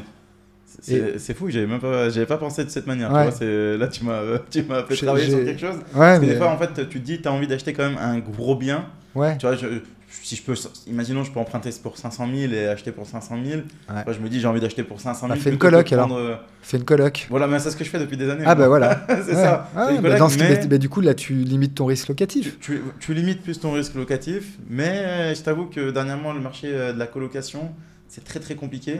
Les gens veulent de moins en moins être en coloc. C'est vrai ? Ah oui. Ah oui, c'est le marché. Enfin, en gros, c'est les gens. Ouais. Ouais, les gens ne veulent. Je comprends. Veulent de moins en moins être en coloc, préfèrent payer 100, 200 euros de plus tous les mois et choper un studio ultra petit, 20 mètres carrés, 25 mètres carrés, plutôt que d'être dans un grand appart et être en coloc. Hein. C'est mon ressenti. Hein. Du marché. Ouais, mais je peux comprendre. Moi, mais oui, j'entends. Donc, c'est soit tu achètes en fait un gros bien et que tu divises. Donc, tu fais une coloc, ça revient un peu comme si tu avais fait 3 biens, imaginons. Ou alors, c'est vrai que tu peux aller sur 2 ou 3 biens. Si tu as un coup dur aussi, tu vends une ligne. Tu vois ce que je veux dire ? Quand tu as 3 appartements à 100 000 euros, tu as un coup dur, tu en vends un. D'un en entier, exactement. Tu peux souffler un peu. Et... C'est vraiment pas. Donc, moi, j'aurais tendance à faire comme ça. Et tu as dit acheter un immeuble. Est-ce que le fait d'acheter un immeuble, il y a un levier de négociation qui est quand même plus fort ou pas forcément ? Parce que j'ai l'impression que c'est un peu le cheat code. En mode, il y en a plein enfin, plein. On dit qu'acheter un immeuble, c'est tout aussi facile qu'acheter un appartement. C'est pas plus compliqué. Tu confirmeras ou pas. Mais surtout, est-ce qu'un immeuble de 10 appartements va me coûter moins cher si je l'achète en entier directement plutôt que les 10 appartements En général, ouais. Quand tu achètes en bloc, tu payes pas le prix fort. Mais c'est pourquoi c'est comme tout en fait finalement. C'est comme au supermarché quand tu achètes plus gros, c'est un peu moins cher au kilo. Enfin, c'est un peu le même concept en fait finalement. Tout simplement. Après, un immeuble c'est pareil en général. Quand tu achètes un immeuble, si tu veux. Soit ton immeuble il est rempli, entre guillemets, tu as des baux, tu as un état locatif, je dirais, sain et tu vas acheter que de la rentabilité. Mais quand il est vide, c'est pas forcément, tu n'achètes plus des chiffres, tu achètes un actif sur lequel va falloir aller chercher la création de valeur, donc le remplir, peut-être refaire des travaux, parce que quand tu as 10 appartements, tu n'as pas un appartement qui est dans le même état. Tu as des locataires qui peuvent être là depuis 5 ans, donc tu sais très bien qu'il va falloir intégrer un rafraîchissement le jour où il va partir. Tu peux avoir des appartements qui ont été loués à des prix qui sont complètement hors marché, à la baisse, sur lequel tu as de la création de valeur sur le revenu locatif. Donc, mais après, c'est pas donné à tout le monde, tout simplement parce que ça nécessite d'avoir un bon sens d'analyse. Faut avoir la capacité financière de le faire, ou alors le réseau qui te permet d'aller chercher du levier. On en parlait tout à l'heure. Voilà. Ok. Ok, non, c'est très intéressant parce que moi, l'immeuble, ça commence à me chauffer. Mais des immeubles, nous on en a un, on en a sur Square Comment Imo. tu trouves des immeubles? C'est ça la question. Ah bah. Parce que c'est rare hein, de voir des immeubles en Ouais, vente. Moi, mais sur tu le bon vois, coin, tu vois pas immeuble en vente ou alors je mets. Si. Après, j'ai jamais mis immeuble à vendre. J'ai toujours mis appartement ou maison. Ouais, si t'en as. C'est ça. Tu mets immeuble à vendre, tu peux trouver. T'en as, et il faut pas avoir peur de faire 100 offres pour qu'il y en ait une qui soit retenue. Ouais, bien sûr. Il faut C'est y aller à aussi fond ça, comme hein. d'hab, quoi. Ouais. C'est aussi ça. Et après, faut. C'est vrai que moi j'aurais tendance, je sais pas, aujourd'hui, si je devais refaire le métier que je faisais à mon compte, avec, je dirais, un réseau qui serait capable de financer les fonds propres que j'ai pas, Bien tu sûr, vois, bien sûr. si je voulais regarder des opérations, bah, j'aurais tendance à aller chercher des immeubles sur lesquels tu as déjà un peu de rendement, quoi. Donc déjà un petit peu de bien occupé. Ok. Tu vois, Ok, plus il y a une plus petite que rien sécurité, du entre tout, guillemets, pour quoi. pouvoir faire de l'investissement plutôt long terme. Mais bon, avec cette possibilité d'avoir quand même le scénario de revente à court terme si jamais, Bien sûr. tu as une proposition que tu peux pas refuser qui tombe. Ok. Tu vois. J'ai une question peut-être débile qui vient à l'esprit, mais un immeuble aujourd'hui, s'il y a 10 appartements, Ouais. c'est une personne qui te vend un immeuble. C'est à lui en fait. Alors, ça peut être une indivision, ça peut être une SCI, ça peut être. Voilà, mais moi j'en ai, c'est pour un intermédiaire qui a tous les appartements en général. Ouais, enfin, tu veux dire l'acheteur? Bah, Non. Le vendeur. Non, le vendeur. C'est, Ouais. lui, il y a un intermédiaire. En gros, il y a que un vendeur qui a tous les appartements de l'immeuble. Tu peux avoir un immeuble avec si sur les t'achètes appartements, il y en a que 3. Enfin, tu vois, je sais pas si- bah auquel cas t'achètes pas un immeuble, C'est hein. des lots, T'achètes du des coup. lots de copro. Voilà, ok, d'accord, donc bien faire la différenciation. Ouais, en fait t'es en monopropriété. Voilà. C'est un peu le. Ok. Faut différencier la monopropriété et la copropriété. Ok. La copropriété, on a mis en place un état descriptif de division et un règlement de copropriété. Ok. Une monopropriété C'est une personne. avec plusieurs lots, Ouais. donc plusieurs appartes. En fait, Une c'est pas gestion. des lots au sens juridique du terme. Bah, il n'est pas soumis aux règles de la copropriété. Tu n'as pas de syndicat des copropriétaires, tu n'as pas de syndic de copropriété qui représente le syndicat, Ok. tu n'as pas de charges de copropriété, tu as des charges, je dirais, courantes parce que l'immeuble, il va avoir un contrat avec Veolia pour l'eau, Ok. il va avoir un contrat avec EDF pour les parties communes, Mm. et ensuite tu réaffectes tes charges à la surface. Tu ne peux pas le faire au tantième parce que tu n'as pas mis en copro, quoi. Ok. Voilà. Je Ok. parle de termes peut-être Ouais. hyper techniques et Ouais. j'espère que tout le monde intégrera. Mais Au 30e, t'as voilà. dit? Au tantième. Au tantième. Les tantièmes. Les Et c'est quoi tantièmes. ça? Les tantièmes, c'est ce qui permet de calculer le montant des charges de copropriété dont tu es redevable dans une copropriété. Ok, ok. C'est la division des charges sur tout le monde, en gros. C'est le nombre de... Ouais, c'est la division des charges. Après, tu as Ok. des clés de répartition, mais en général, une copropriété, tu as 10 000 tantièmes. Ok. Et chaque lot peut avoir 100, 137 pour Ah, le c'est lot donc principal, ça. 15, 20, 30 pour une cave, un peu Ok. plus pour un parking, C'est etc. toujours sur 10 000? Souvent, C'est souvent sur 10 000, hein. si je dis pas de Ok, bêtises. je comprends mieux mais pourquoi je le voyais à chaque fois, c'est que je me suis ouais, jamais... ouais. C'est ça m'a souvent... jamais interpellé le chiffre à côté. Peut-être que sur des grosses copros, ça pourrait être 100 000, tu vois. Ok, possible. Ouais, Mais, ok. En général, oui, voilà, c'est 10, 100 000, enfin, c'est des chiffres ouais, un peu ouais, classiques. je pense pas dire de bêtises, Ouais. mais bon, je suis pas un spécialiste de la copropriété, quoi. En Incroyable. tout cas, on appelle ça des tantièmes, de Tantièmes. copropriété. Ça marche. Ouais. Revenons sur un point qui Ouais. m'intéresse beaucoup, c'est l'éducation financière. Est-ce que toi, tu as baigné dans ça? Est-ce qu'on t'a éduqué financièrement jeune à bien maîtriser ton argent, l'investir ou bien acheter? Enfin, est-ce que c'est des choses où on t'a éduqué sur l'argent ou pas du tout et tu t'es fait par toi-même, tu as découvert ce genre de choses au fur et à mesure ou inconsciemment à travers peut-être ta famille? Comment ça s'est fait? C'est pas évident de répondre à ta question. J'ai envie de te dire que mes parents, ils m'ont donné ils ont essayé de me transmettre la valeur de l'argent. Quand j'étais jeune, quand j'étais adolescent, les gens ils s'inquiétaient pour moi, hein, et ils pensaient que j'étais très dépensier. Bon, aujourd'hui, parmi toute ma fratrie, je suis celui qui a entre guillemets réussi à sa juste mesure le plus, parce que je suis propriétaire de ma résidence principale, en tout cas une partie, puisque la banque l'est pour beaucoup aussi. Voilà, j'ai eu l'occasion de faire des investissements que j'ai arbitrés, et c'est d'ailleurs ce qui m'a permis de lancer Square Imo. Et en fait, tu vois, je disais tout à l'heure, moi je suis père de famille et donc j'ai une gestion en bon père de famille. En fait, pourquoi les gens s'inquiétaient? Parce que mon père, quand j'étais très jeune, je crois qu'il m'avait ouvert un compte en banque avec 1000 francs. Et dès que j'ai eu la possibilité d'aller voir la banque pour dire ouais, je veux m'acheter une paire de rollers et j'utilise l'oseille, je l'ai fait, tu vois. Ouais. Mais en fait, et les gens pensaient que j'étais dépensier parce que je gagnais de l'argent aussi un peu facile.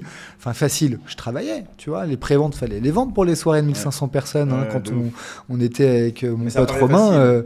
Ça peut paraître facile. Le monde de la nuit, tu t'amuses, etc. Exactement, mais en fait, c'est juste parce que comme je m'amusais, mais que je m'amusais, pour moi, j'avais pas l'impression de travailler. Comme aujourd'hui, je suis passionné par ce que je fais, j'ai pas l'impression de bosser, tu vois.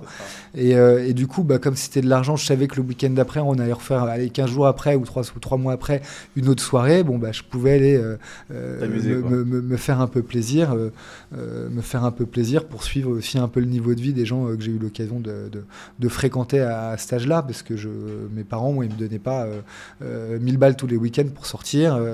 Non, ils me donnaient beaucoup moins. Et derrière, si je voulais suivre, fallait se débrouiller. Et donc, pour moi, je dirais que mon éducation financière, elle a été faite un petit peu de façon autonome et par le travail, en fait. Quand tu bosses, t'as la valeur de l'argent. Voilà. Mais si tu bosses pas, et d'ailleurs, souvent les gens qui ont tout eu, c'est pas les gens les plus heureux dans la vie, et c'est pas ceux qui créent le plus de valeur. Bien sûr. Bien sûr. Donc tu t'es forgé vraiment au fur et à mesure de tes expériences et surtout du travail, où tu as appris la valeur de l'argent. Ouais. Et l'investissement en tant que tel, est-ce que c'est quelque chose, c'était un sujet où vous en parliez à table un petit peu? Pas du tout. Est-ce que c'est aujourd'hui quelque chose qui te parle beaucoup ou pas assez? Qu'en penses-tu réellement Non, alors tu vois, s'il y a un truc sur lequel ça résonne, ce que tu me dis, c'est que mon père, plus, côté immobilier paternel toujours, m'a toujours fait passer le message qu'il fallait acheter jeune. Parce que déjà, la meilleure façon de mettre ta famille à l'abri, c'est de lui offrir un toit. La pire des choses, si on part du principe que notre système de retraite il va péter en vol un jour, c'est le jour où tu dois arrêter de bosser, de ne pas être locataire et d'être propriétaire, de ne pas devoir payer un loyer avec une retraite qui aura d'ici 20 ans, en ce qui nous concerne, toi un tout petit peu plus, soit disparu, soit réduit à peau de chagrin. Donc pour moi, le meilleur investissement, c'est l'immobilier. Voilà, tu ne perds pas d'argent dans l'immobilier. Tu peux beaucoup en gagner, mais ça nécessite d'avoir une autre approche et d'en faire un peu un métier. Mais c'est en fait surtout quelque chose sur lequel tu peux faire du levier. Regarde aujourd'hui, quand tu achètes ta résidence principale, combien la banque te demande de fonds propres? Il y a 3 ans, elle te demandait 0. Elle finançait à 110%. Maintenant, elle finance plus. Aujourd'hui, elle finance avec 10% de fonds propres. Ouais, à peu près à 100%. Ouais, 100%. Voilà, mais 10% les frais de notaire qui donnent plus. Les frais de notaire, voilà. Donc 7,5 plus peut-être les petits travaux que tu veux faire. C'est pour ça que j'allais dire, tu as besoin de 10%. Quoi. C'est ça. Et donc c'est un super levier. C'est un super levier, si tu veux. Enfin, en tout cas, c'est de l'épargne forcée quand tu rembourses ton crédit et que tu te loges. Quand tu fais de l'investissement locatif, c'est le locataire qui épargne pour toi. C'est canon. C'est canon. C'est bien ce que tu dis, parce que c'est un bon terme. Et j'avais entendu il n'y a pas longtemps, justement, sur un podcast avec Mounir. Il en parlait avec une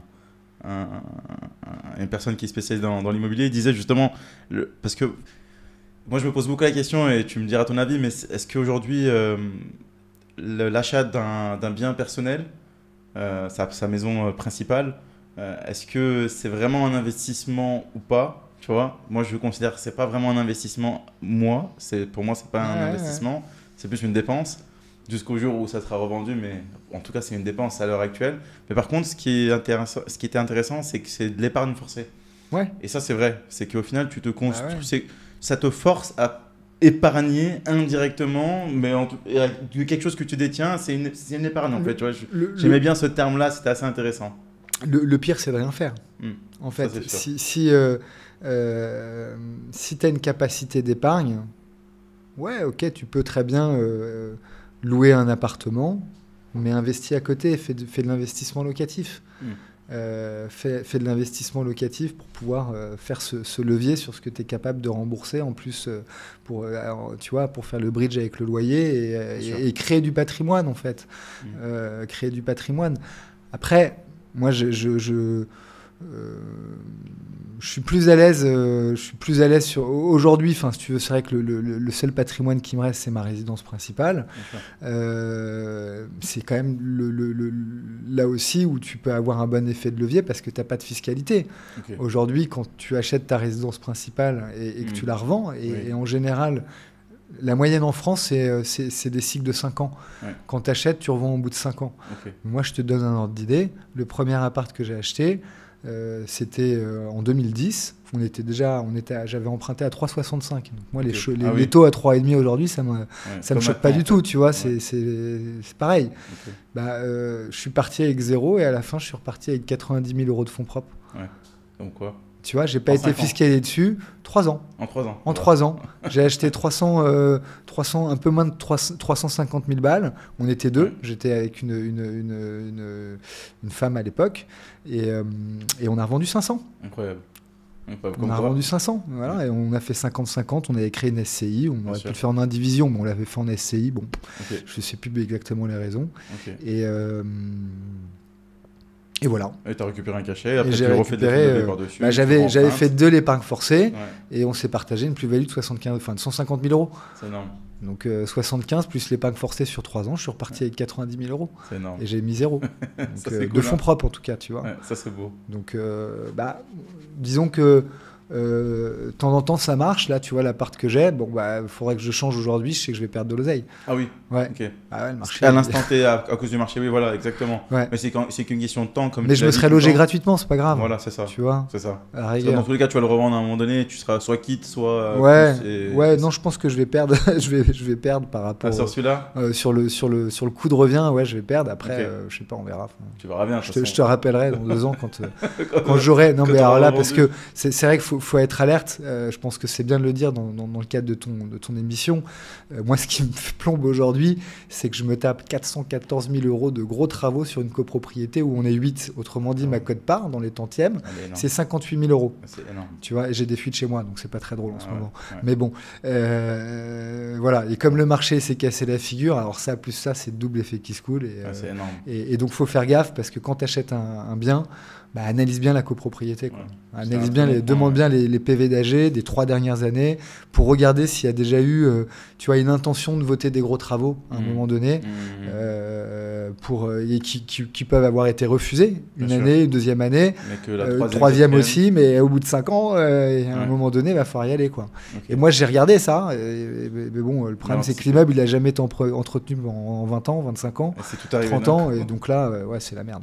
Ok, je comprends bien. Ça, c'est la vie, parce que ça, on m'a éduqué là-dessus, et c'est quelque chose que je pense beaucoup de gens ne connaissent pas, ne savent pas. C'est vraiment de voir justement, c'est pour ça qu'ils disent aussi c'est bien d'assister à certaines assemblées générales, de voir comment ça se passe, ce qui est voté, les antécédents, ce qui n'a pas été voté.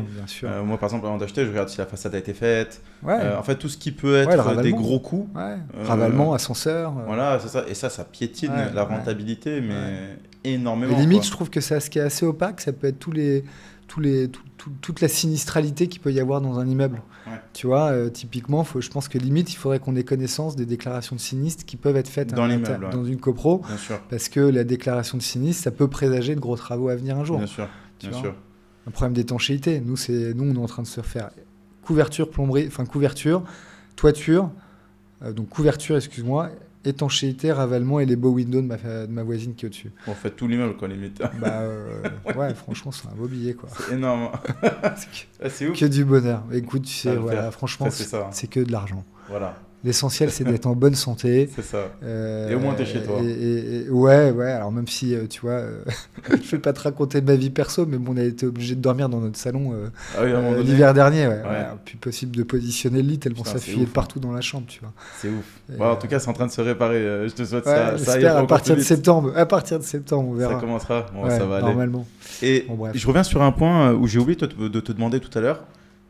En tant qu'investisseur aujourd'hui dans l'IMO, c'est quoi la rentabilité que je dois avoir moyenne, enfin le pourcentage de rendement max. En vente, c'est quelque chose et en location, c'est autre chose. Je pense que c'est pas les mêmes, le même nombre de pourcentage qu'il faut viser. Mais par exemple, moi, je sais qu'en locatif, c'est toujours le max. Ouais. C'est sûr. Bah ouais. Mais il faut pas descendre en dessous d'un certain seuil, peut-être. Non, je pense que c'est vraiment une question de ce que tu achètes et où. Ouais. Plus la rentabilité est basse, plus tu es en zone tendue, entre guillemets, tu as une tension locative qui va te permettre d'avoir peu de vide locatif, donc peu de risques, si tu veux. Ouais. Et généralement, je sais pas, à Lyon, tu dois être à 4-5%, à mon avis. Je ne connais pas le marché lyonnais, mais je dirais entre 4 et 5. Peut-être un peu moi, plus. Je vise un peu plus, mais oui, oui, mais est-ce que tu vises dans Lyon-Centre ou plutôt à côté? Plutôt à côté, ouais. Voilà, donc tu vois, déjà, il y a deux marchés. C'est vrai. Et par contre, la réalité, c'est que Lyon-Centre, tu as une valeur vénale qui va augmenter au fil des années, qui peut être beaucoup plus importante que quand tu achètes à côté. Okay. Donc, tout dépend de tes fonds propres et de ta vision. Si tu veux faire du rendement, va dans des villes qui sont peut-être plus petites, mais étudie toujours bien le marché pour connaître la profondeur de la demande, quoi, tu vois, pour être certain que quand ton immeuble se vide ou ton appart, du moins, que tu puisses le remplir vite. Après, tu feras peut-être plus de levier sur des rendements à 8-10%. Tu vois que quand tu dois financer à 3,5 avec un rendement à 5, forcément, tu vas être obligé de mettre plus de fonds propres. Donc, il y a plus de... je pense que c'est une question d'ADN, c'est une question de où est-ce que tu vis. Moi, tu vois, j'ai toujours eu un peu la peur d'investir dans une ville où j'étais pas à proximité, parce que je me dis que s'il y a un problème un jour, faudra que je puisse le gérer. Et si j'investis à Lyon, même si c'est qu'à 2 heures de train, c'est moins facile pour moi. Et la lisibilité du marché, je la maîtrise moins que si je devais investir en région parisienne. Donc tout dépend de chacun. Ça, c'est pour le côté investissement. Ensuite, vente, j'assimile plutôt ça à des projets marchands. Entre guillemets, tu achètes pour revendre, quoi, voilà. Tu construis pas un bilan d'opération en dessous de 20 points de marge. C'est vraiment... Oui, d'accord, 20, c'est le minimum. 20, c'est le minimum qui va te demander... 200, il faut que je sorte 220 dans ma poche. Allez, 20 entre 15 et 20 pour être financé avec à peu près 20% d'equity que peut te demander le banquier. Voilà. 20% de bénéfices. Ouais, 20% de marge avant impôt. De marge, tout à fait. 20% de marge avant impôt. Voilà. Comme ça, tu gères ton aléa, comme ça, surtout le banquier, il analyse son risque. Donc, voilà. Et en considérant les travaux, tout compris, on est d'accord. Tout dépend de ton scénario. Mais c'est l'idéal, quoi. C'est 15-20% une fois tu as pris les coûts de travaux, tout compris, quoi. Après ton coût de revient, quoi. C'est intéressant, c'est pas mal. Ouais. Ça donne des idées. Ouais. En tout cas, toi, tu n'as jamais fait de marchand, tu disais. Non, mais c'est un truc qui me plaît. Mais en fait, ce qu'il faut savoir, et je préfère le rappeler aussi à tout le monde, moi, c'est un métier ça me plaît, quoi. C'est un truc j'aime beaucoup. Mais comme je viens de dire, c'est un métier. Et donc, c'est vraiment quelque chose, pour le faire, il faut avoir du temps. Aujourd'hui, l'immobilier, c'est vrai qu'on le vend trop comme quelque chose de passif, de génial, etc. Mais en fait, c'est un vrai taf, quoi. Derrière, c'est qu'avant d'acheter, il faut faire 50 000 visites. C'est pas au bout de 3 visites t'achètes, ou alors c'est vraiment t'as une chance de fou, ou alors tu vas faire la plus grosse erreur de ta vie et tu t'en rendras compte que plus tard. Donc il faut faire les visites ça prend du temps. Derrière, après, il faut gérer tout ce qui est travaux en général, parce que quand tu veux faire du marchand de biens, en général, je pense peut-être dans 80-90% du temps, il faut que le bien, il y a quelque chose à retaper pour avoir un peu de négociation, pour essayer d'acheter au plus faible, il faut anticiper tu vois, faut gérer les chantiers. C'est un vrai métier, hein. C'est un vrai métier à part entière. Et à côté de ça, il faut gérer ce que tu fais. C'est quelque chose de totalement faisable. Mais aujourd'hui, moi, dans ma situation, en tant qu'entrepreneur, c'est un peu compliqué parce qu'il y a beaucoup d'autres choses à gérer. Mais c'est vrai qu'en tant que salarié, quelqu'un qui est motivé, il peut faire de très très très belles choses. Ça peut être l'opportunité, c'est comme on dit l'occasion qui fera le larron, tu vois. Tu as connaissance d'un super deal, te prive pas de le faire. Rappelle-toi qu'avec un bon réseau, tu financeras ton opération même si tu n'avais pas forcément l'argent dans ta poche de droite ou de gauche. Exactement. C'est le deal qui compte. Après, Il y a des gens, je pense, qui font des petites opérations d'achat-revente comme ça, de façon très opportuniste, sans en faire leur métier. Oui, t'en fais une ou deux comme ça par année. T'en fais pas ton métier, mais c'est ce qui peut te permettre de te constituer ton petit pécule pour à un moment donné en faire ton métier aussi. Hein. Je pense que, comme dans tout dans la vie, il faut être passionné d'abord. Quand tu es passionné, tu t'intéresses aux choses, tu te formes, et voilà. Bien sûr. Mais, parlons d'investissement. Vous connaissez sur cette partie-là. Ouais.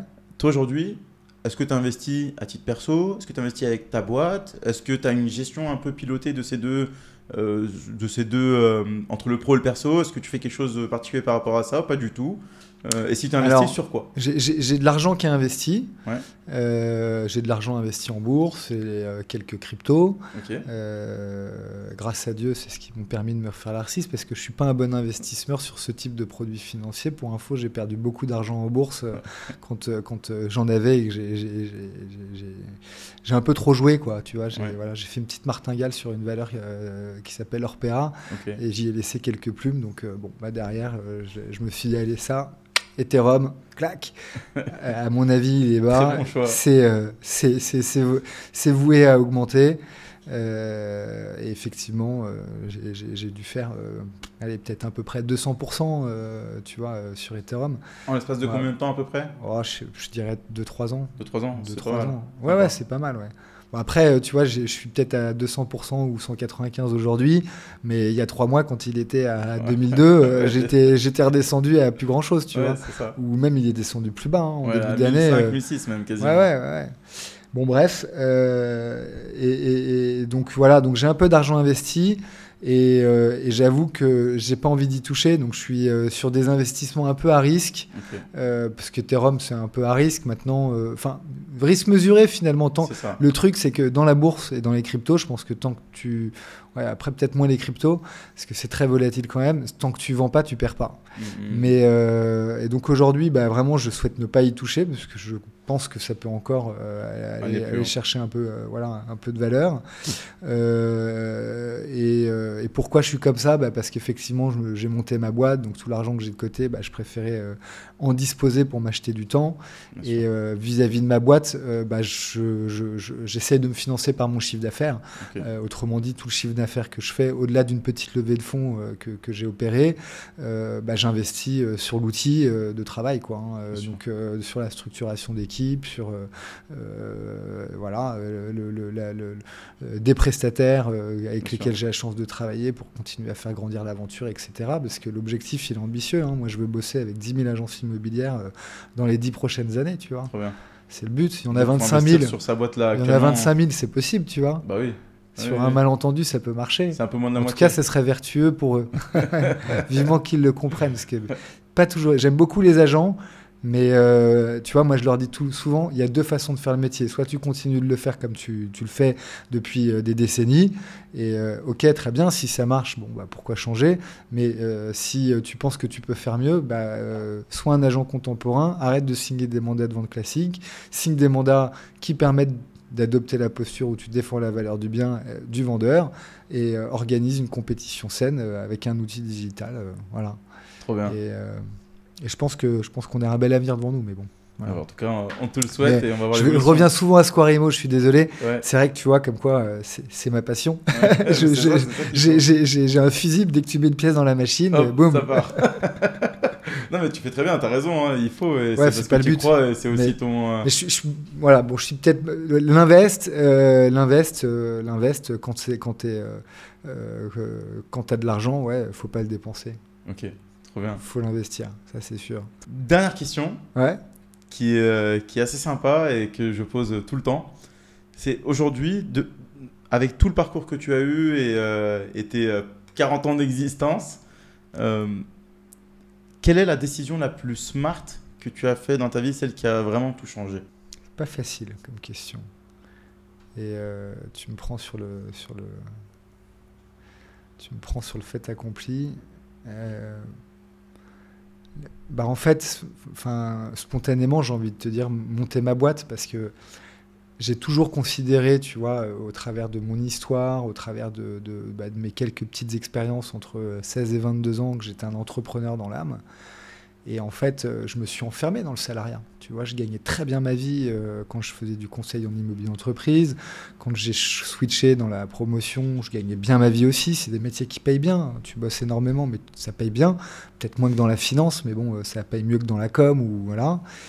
Et quand tu grandis au fil des années, bah, tu acquiers des charges. Et à un moment donné, on a tous besoin d'un certain niveau de sécurité, tu vois.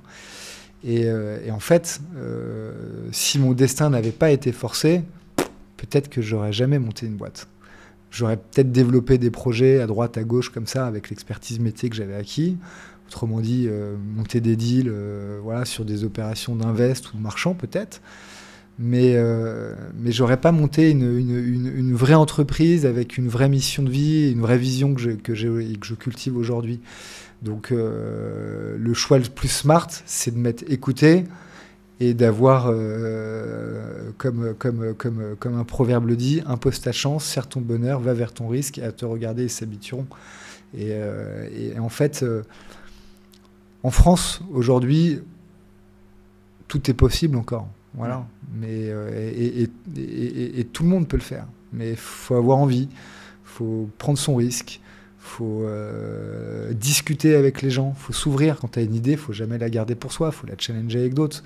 Moi, l'idée de départ n'a rien à voir et le discours n'a rien à voir avec après 3 ans, si tu veux,